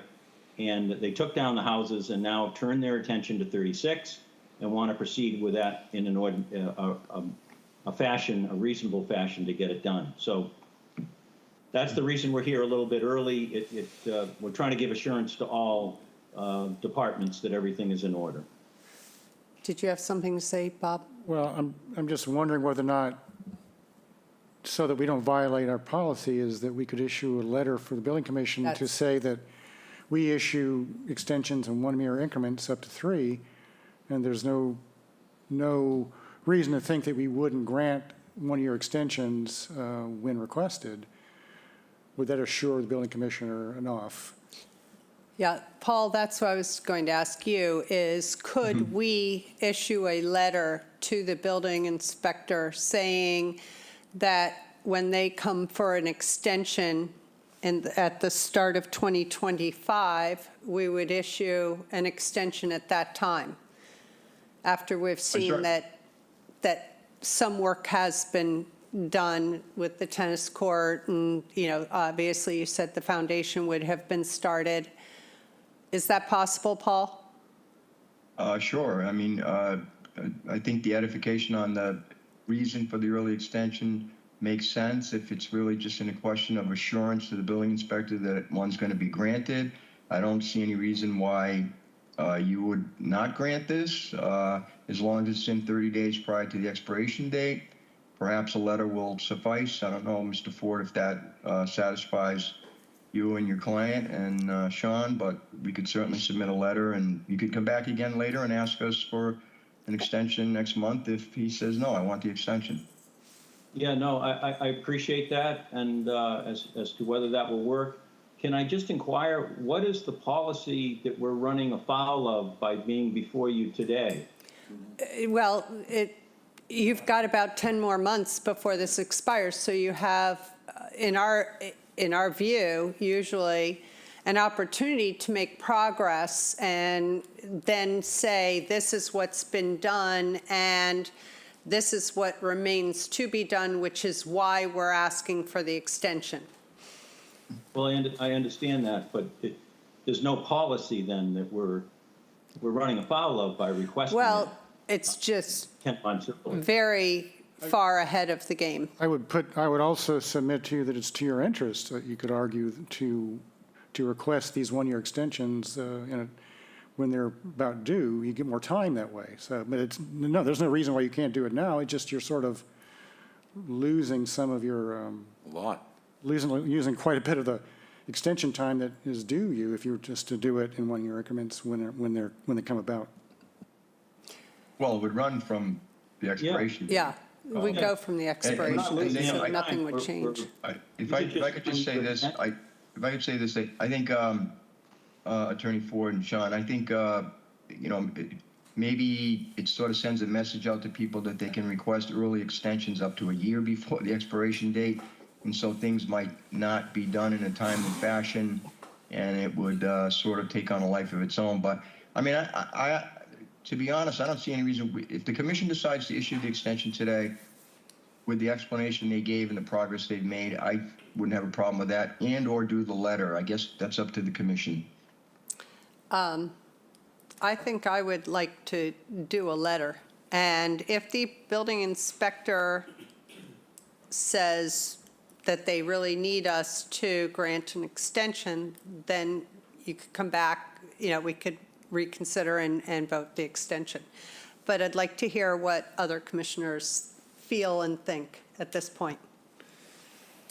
For me, I would be willing to do it now as opposed to wait 2 months and do this all over again, because we're going to do it anyway. Yeah. So I guess in some regards, I'm like, why don't we just get this done? But I understand all of your arguments. What they're asking for is Well, we're only going to give 1 year. We're only going to give 1 year. we have to make sure we're all having the same understanding that we're talking about a 1-year extension here. But Yeah. I think Attorney Ford, are you asking for more than 1 year? No. No. Okay, all right, Just then I stand corrected. extension at this I'm corrected, all right. Yeah. But by the same token, I'm fine with the letter too, if that's what we Well, they choose. don't lose anything. So it's a year. The It's an extension will to. be an extension to the expiration date. So if we approved an extension today, it would go until February 3rd, 2026. That date Correct. would not change. It's a 1-year extension to the expiration date. Correct. That's correct. That's all we're looking for. Eric, how do you feel? I'm fine with it. Bob? Yeah, I'm fine, just knowing that, Okay. knowing there's only 2 more extensions after that. Lise? All right. I'm fine. Then let's entertain a motion to extend for 1 year. I move that we extend the order of conditions for 36, 74, and 77 Sears Point Road to February 3rd, 2026. Second. Okay, Elise? Aye. Bob? Aye. Aye. Eric? Aye. Cheryl? I guess I say aye as well. All right, and then, Sean, don't go anywhere because we have to revisit Shattuck. Yes. Because nobody on your team had seen the order, and we've gone over it, but we want to know if you have anything. But I'll first let Paul reopen it. Well, you tabled it, so I don't think under Robert's rules. I Oh, have okay, to good. reopen it, but you might just, why don't you make a motion to Reopen it, reopen it or take it off the table? untable it. I move Untable, there we go. I move that we untable 21 Shattuck Lane. Second. Elise? Aye. Bob? Aye. Eric? Aye. Cheryl? Aye. I say aye. Okay, there we All go, right, Sean. Thank you all. Sean Riley, Time Bond, representing the applicant. And I thank you all for tabling the conversation till later. I had another conservation meeting with your compatriots in Barnstable earlier, so thank you for pushing this to the end for me. I have read the order of conditions, the draft order, and there were a few items that we had discussed in the hearing, and I just wanted to make sure we all landed in the same place. It is restoration and not mitigation. We had a reduction of 252 square feet of coverage. So I Right. think we agreed that it was to be called restoration. Typically, we're not, you haven't in the past required monitoring reports for things that are essentially voluntary restoration of bare areas. And I see that there are monitoring reports within the order of conditions, and also the discussion about the removal of the knotweed and the invasives. And I think we landed on that we were it would be a never-ending battle because we couldn't chase it across the line. So we were just going to let that part of the project go, that scope of work go. And the last piece, I think you've got Coyer rolls at the very near the end of the order of conditions. Yeah, we You're removed calling- that. We Okay. did remove that. Yeah. Oh, at the very bottom? Oh, okay, we do need to remove that then. Yeah, and we had discussed knotweed, but we knew the property owners didn't wish to manage it. Exactly. And that you were putting the wall, that it was sort of felt that the wall would hopefully keep the knotweed out from your mitigation areas. And we all said we are hoping that maybe in the future they will decide to remediate that. Right. We're seeing a lot of that now. All right, was there anything else? No, everything else looked great. Oh, that's good. Then, did you find everything, Bob? It'll take me a while. Yeah. It'll take me a while to, All right, but I'll work on so as amended, if we could have a motion. it, as will be amended, yeah. I move that we approve the order of conditions for 21 Shattuck Lane as amended. Okay. Eric, are you seconding? Second. Elise? Aye. Bob? Aye. Eric? Aye. Cheryl? Aye. And I say aye. All right, Great. that's all set. Thank you very much. Go Bruins, Sean. Go Bruins. Come on. All right, Paul, next Thank you. item. Okay, thank you, Madam Chair. Next on the agenda is something under unforeseen items brought before the commission. This is the emergency certification for 97 Tilipy Run. TR 97 Tilipy Run Trust is the applicant, map 14A3, parcel 2-B. This is a request for an emergency certification, shoreline protection and stabilization. Just by way of explanation for the general public, they have resubmitted a new plan to address the shoreline protection based on the results they found from test borings and so forth and so on. So we'll let them get into it, but that's what we're dealing with here is just this same issue of the emergency certification, and they've got a new proposal to put before you. Great, And there's Catherine. yes. Hi, Catherine. And Catherine. Hi, Catherine Ricks with Ty and Bond here. And I know there's a couple of my colleagues on as well that will help with the explanations, but if I can share my screen. Of course. I am going to, let's see, pull up a presentation that some of you have seen. Okay, so we have shoreline at 97 Tilipy. Oh, and it's not, okay. So just a general overview of the project. We were retained by the client back in October. We've done some survey, preliminary design, additional survey. It's consistently changing out there. As we know, above the water line, it's been eroding, and we have seen additional scour below the water line as well. We've submitted to Cape Cod Commission for the DRI modification, which was done in January. We've resubmitted with this new redesign last week. We've submitted with you guys back in January for the emergency, and now this redesign we submitted last week. We've also followed up with Massachusetts DEP Waterways with the previous one and the new redesign, and with the Army Corps of Engineers previously and with the new redesign. So just a quick aerial history of it. You can see when you look at the barrier island here, how back in 2017, this was a pretty secluded area. And then obviously there was the storm in 2017 later on that took out the barrier island, and it changed drastically and opened up this portion of the shoreline. And you can see here, it has tightened in the area of 97 Tilipy, which is on this screen. That barrier island continues to roll over and get closer and closer, which tightens the area of flow. And it has since caused an extreme amount of erosion and the revetment at the site to slip down the bank into the water.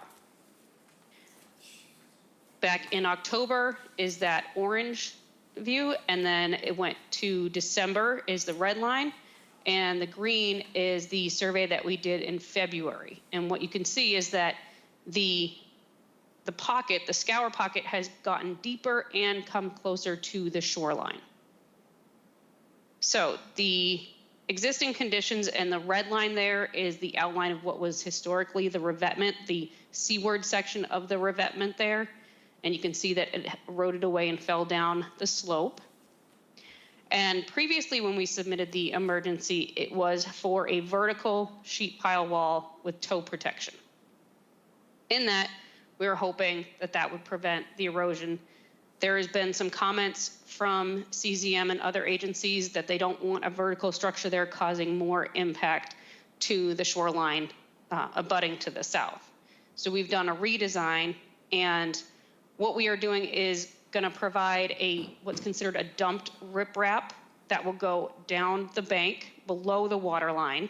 And above the water line, like intertidal and above, will be what your typical revetment is. So a continuation of the revetment that's going the other 3 properties to the north down to here and continue that revetment around the corner. And this is the section view of it. So you can see the smaller dumped riprap is kind of below the water line going down to that -40. And then above is a revetment, which is the typical revetment that you see along some of the shorelines here. The dumped riprap is going down to the -40, and I know some questions have been why, if we think that that's going to be enough. And what we saw in the borings that we took out there is that there is a clay layer at about -40, and clay is not going to erode like sand erodes. So we think we've kind of hit that bottom spot of the scour hole, and that this will be enough of the dumped riprap to help prevent the flow, the velocity of the flow there from scouring out the lower portion of the bank. And above is the revetment, which is for the wave impact in the area. So if there are any questions on the proposed work. Thank you. You're welcome. Anybody have questions? I just have a quick question. So does this mean that that extends 130 feet out from where the revetment starts to where that part that the riprap part that you're dropping underwater extends? Is that what the key is at the bottom, or am I missing? Yes, so, and you can see it depends on which section we go by, but yes, so this is where the scour hole is here. And it will, when they place this riprap, it will go down to the scour hole, which is about here. If you can kind of see how these contours are more centered in this area here, that is what we are going to go down to. Comments in the audience? Wow. Not to put him on the spot, but Ted just walked in. Do you have anything to say about it? No? Okay. He's just observing. Just wanted to make sure. I'm sorry, did Ted chime in? Yeah, Ted's here, but no, he did not chime in.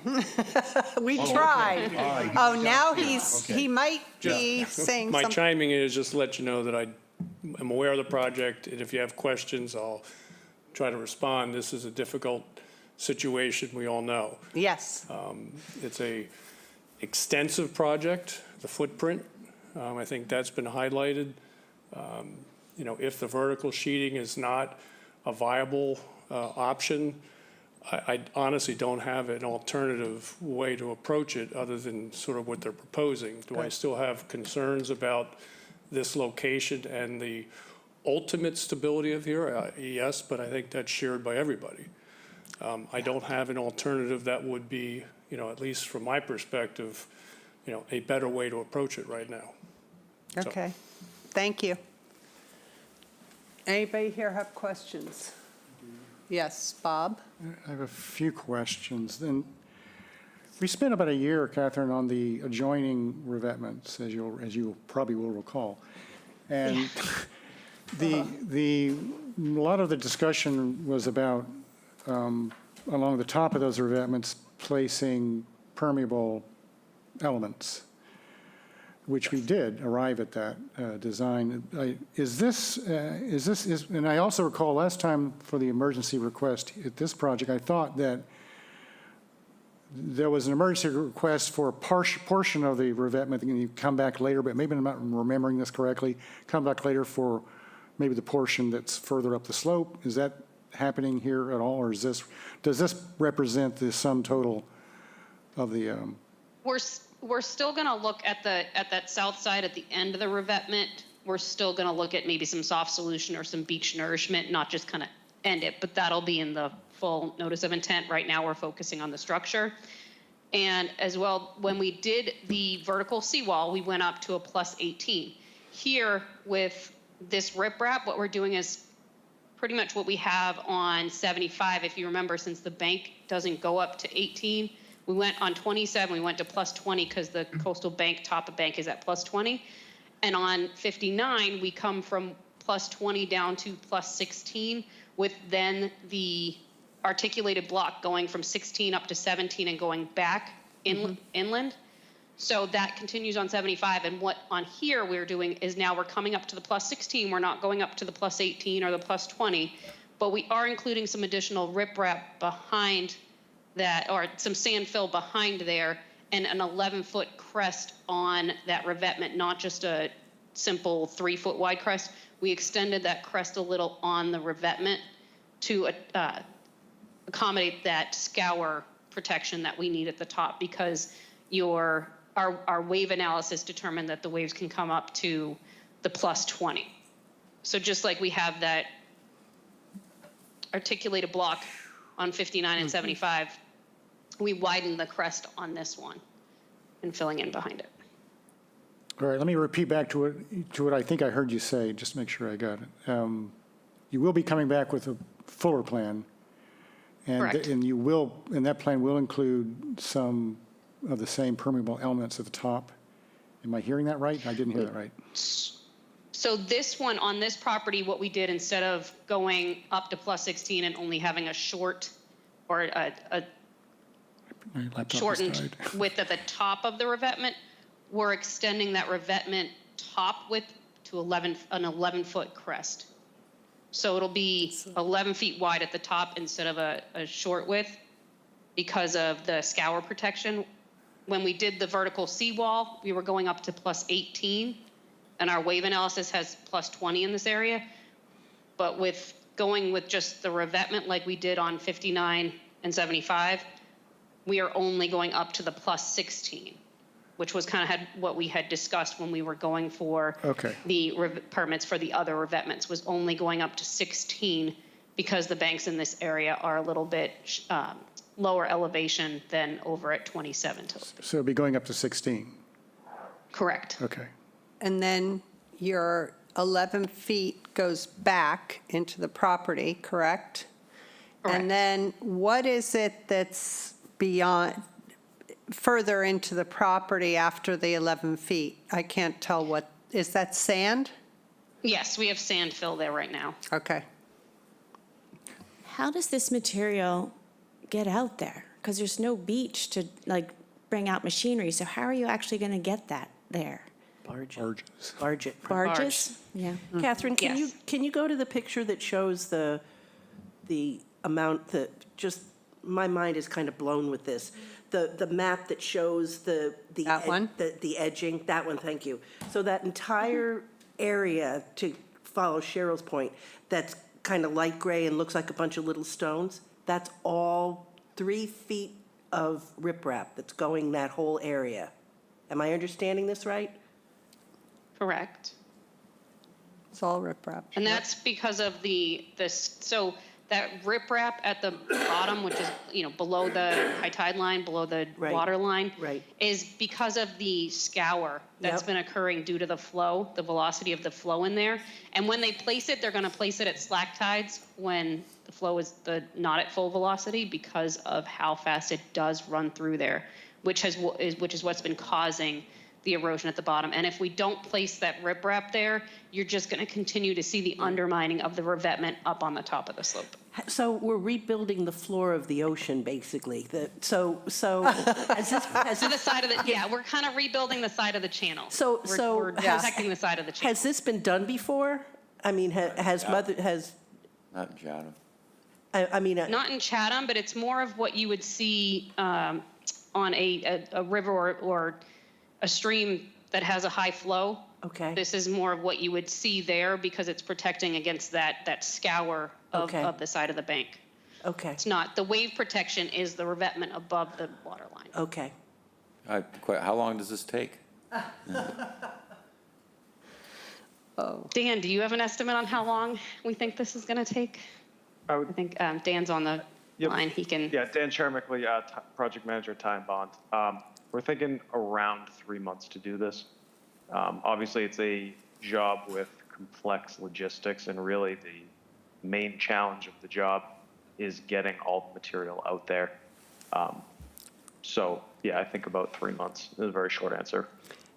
So as far as I know, previously, when you did the emergency cert, we had to wait for everybody to give you the proper permits. Do we have to wait again for that whole permitting process again, since it's a new plan? Paul, I believe we have talked about doing that, but we have submitted it now to everyone, whereas before we were still trying to get this submittal together for the Army Corps because their emergency submittal is also a full submittal to their, under their GPs. So now we have, and we've also had meetings with every agency on this new redesign. So we're already getting comments back and we're already responding to those. So I don't believe it's going to be waiting as long as it was previously.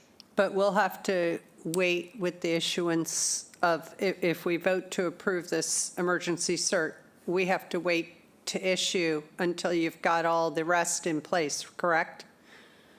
Paul, could we do that again? Just waiting on. Yes, Okay. we could do that again. You have 30 days to abate the emergency, and within that 30-day period, I think you're supposed to file the notice of intent for the remainder of the project within, I think it's 21 days. I did find a reference in the DEP regulations that an emergency cert can be extended by the commissioner. I'm a little concerned about the comment that, I guess the comment that 3 months is going to be necessary. Is it your position that you can get the riprap in and stabilize the toe, for lack of a better term, the toe in that 30-day period? And I'd also be interested in any comments that we'd like to see the comments that you're getting from the Corps. I mean, I don't think this has been done anywhere else. Maybe the closest thing I can think of is the Cape Cod Canal. But, it's last time we were here, they told us that it has stabilized because of a clay layer. They did some borings. And so I guess the other question I have is, do you feel it has stabilized at this point? And then the follow-up question is, can you get this work, the riprap in, and enough to abate the emergency, the work that's necessary within that 30 days? Because that's a concern. That's all we have is 30 days. And other than going to the commissioner at the DEP, I don't know how to extend it. We'd have to reissue it again. Okay. So for the clay layer and the scour, we don't think it's going to get deeper, but we do think it will continue to move toward the shoreline, that scour. We just don't think it'll get deeper. That's what we're hoping, that clay layer keeps it there, but it is going to continue to move toward the house if we don't protect that shoreline there. But we believe that once we put this on there, it's not going to get deeper to where this is going to then slough off. And then for the 30 days, like Dan said, we think this whole thing will take about 3 months. Now, it'll really depend because they are going to have to work with the tide, with the weather, because they're on the barges. Yep. Yeah, the weather for the barges, the tide, because you can only really place this in here during the slack tide. So that's going to be the concern on the timing on the construction. And as for the questions we're receiving, and once we respond, we'll also include you. But it was the questions on the construction protocol of how they're going to place the material. And we are getting responses. We just need one discussion with the contractor before we submit that construction protocol on how they are going to place this under the water. So, I suppose, in the interim, I suppose we can explore, how to extend it, if it's possible through the DEP, or whether we have to reissue it. But I do see, given weather conditions, tides, possible storms, just the difficulty in the nature of what it is that you're doing, working off barges, that you may exceed the 30 days here. So is it your intent to sort of get the riprap in first, and will that really take care of, the stabilization so that you can move on to the full-blown notice of intent and the rest of it? Yes, and we'll be working, once we get the contractor gets all the approvals, they'll start working on that, and we'll be working in-house on the notice of intent submittal with the intention of getting that in within that time period. so if this, let's say you had all permits, everything was great, and by June 1st, can you do this in the summer? Or, Is there order towards- this is an area So- where there are boaters. It's gonna be difficult, I guess, with the navigation. We will have to work with the harbor master on that. Okay. But we haven't received any time of year restrictions or any comments on that from Okay. any of the agencies yet. Not happening yet. I believe, other than talking with the harbor master and the navigation piece with the boaters that are out there, I believe we can still continue to do the project. Okay, I was just curious. Another way to look at it is to perhaps get the notice of intent in, get it approved, and then work within the scope of that notice of intent. And if that notice of intent includes the work that we're looking at on the screen right now, so be it. You're working under a notice of intent at that point. You've got plenty of time. Yes. Yeah, we are going to try, once we get through the emergency portions, then we are working on the full notice of intent with this plan. Okay, thank you, Catherine. You're welcome. I just had one last question. So you'll be having an excavator on a barge, I would imagine. Yes. So where does everything park at the end of the day? Oh, Dan, do you remember where Robert B. Hour said they were going out of for this? For Where they're coming mooring the from? barge overnight, or? Yeah. And the excavator? I guess we'd have to confirm with them. I mean, there's certainly a lot of space. It'll be a spud barge they'll be using to stay in place down there. We can certainly confirm that with them. That's really kind of up to them where they store it exactly. It'll depend where space is available. I'd hate to see the excavator as part of the project down there, Yeah, on the floor. Well, it's not, Yeah. it's not on the beach. It would be on the barge. It'll keep So- some part from eroding. I got one question, Karen. Go ahead, Bob. Catherine, you planning on any new vegetation at the top of the bank? I think, We are going to have to work with the land management company on mitigation at the top. We have discussed that with the owner, and once we have these quantities in place and know where the areas are that can be revegetated, then we will have a land management company similar to one of the other properties on Tillapy come in and do a plan for mitigation. Okay, thank you. that'll be a part of the NOI, correct? Correct. And you said it's Robert B. Hour doing the project? Yeah. Yeah. Robert B. Hour is the contractor out there at this point, ready to do the work. And they've already started, they know the quantities, they know to the new design, and they've started to make sure that they can source the materials. Oh, good. Right. And is there like proper, is there like odd insurance type situation to be out there, or with excavators on a barge? I just didn't know how it worked. I guess your liability covers whether you're in the ocean or you're on land, I guess. I don't know. They're set up to work from barges. They drive piles for a living. I know they do. I've seen that, Are there any shellfish or eelgrass issues with laying that floor of riprap so far out into the channel? We haven't had any comments back on that, but one thing we've brought up to the other agencies is that the flow through there is so strong that you wouldn't be able to have any shellfish grow in that area or any habitat for eelgrass, and there wasn't any eelgrass or salt marsh in that direct area previously. I know to the west of the property, there's a lot of clamming. Yeah. Well, yeah, I would share your thoughts on that, but at the same time, if it's mapped habitat, we have to deal with it one way or another. So Ted is going to address it, it sounds like. Yeah, I don't want to speak for the constable. I would agree that it is highly unlikely that the habitat currently is viable in its current condition. I mean, any eelgrass that may have been there is long gone. Likewise, any Yeah. shellfish.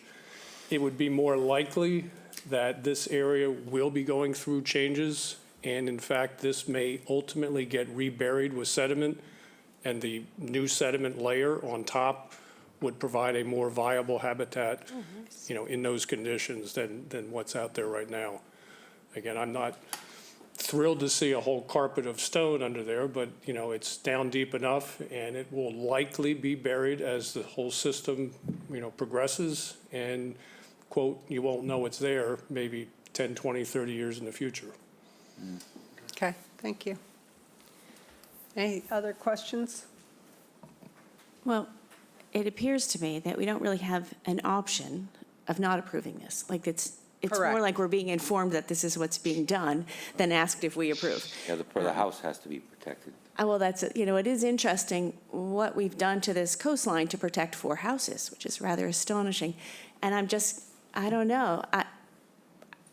So yes, I stand informed, but I can't say that I'm not worried about what's going to happen around the corner for all those other places where we all walk. And as we go over to Harding's Beach, are we going to be building walls all the way to Harding's? I don't know. So I do have concerns, but I also understand that this house must be worth an awful lot of money. Well, and we do have the issue of everything that's falling into the ocean there that shouldn't be in there, and we do have to stop it somehow. Or when do we start retreating and just doing Oh, no, something I'm not different? disagreeing. I'm just saying we're trying to, I think, protect more trees and et cetera from going into the water and making it more dangerous for everybody who's on the water. Any other questions, comments? I'm ready to move it along. Yeah, me too. All right, then I think we can entertain a motion. I move that we approve the emergency certification for 97 Tillipy Run. Second. Elise? Aye. Bob? Aye. Eric? Aye. Cheryl? Aye. And I say aye. Thank you. Thank you Madam very Chair. much. Madam Chair, I just want to indicate, I'll put a date in, working with Catherine and on the other agencies, so that we have a date that is workable, and all the other permits are in line with that. Okay, for the thank start you. date. Yep. Thank you. Before Oh, we one last adjourn. thing. Yeah, Can you take pictures along the way? I mean, of the project, it'll certainly be good for, for education. for education. We will Netflix have lots of documentary. pictures, Yeah. yes. Yeah, they were originally, so I think they will now. One last thing before we adjourn. Tomorrow, 11:30, 30 Sears Point, 12:30, 26 Salt Pond. We have 2 site visits, just reminding everybody. Okay, then I think we're ready to adjourn. I move we adjourn. Is there another, No, no, that one was taken off. okay. Second, Second. Elise. Aye. Bob. You're really good at this. Thank you. Aye. Eric. Aye. Cheryl. Aye. And Bob. Aye. And I say aye. I'm Thank you. Moving up on down the road.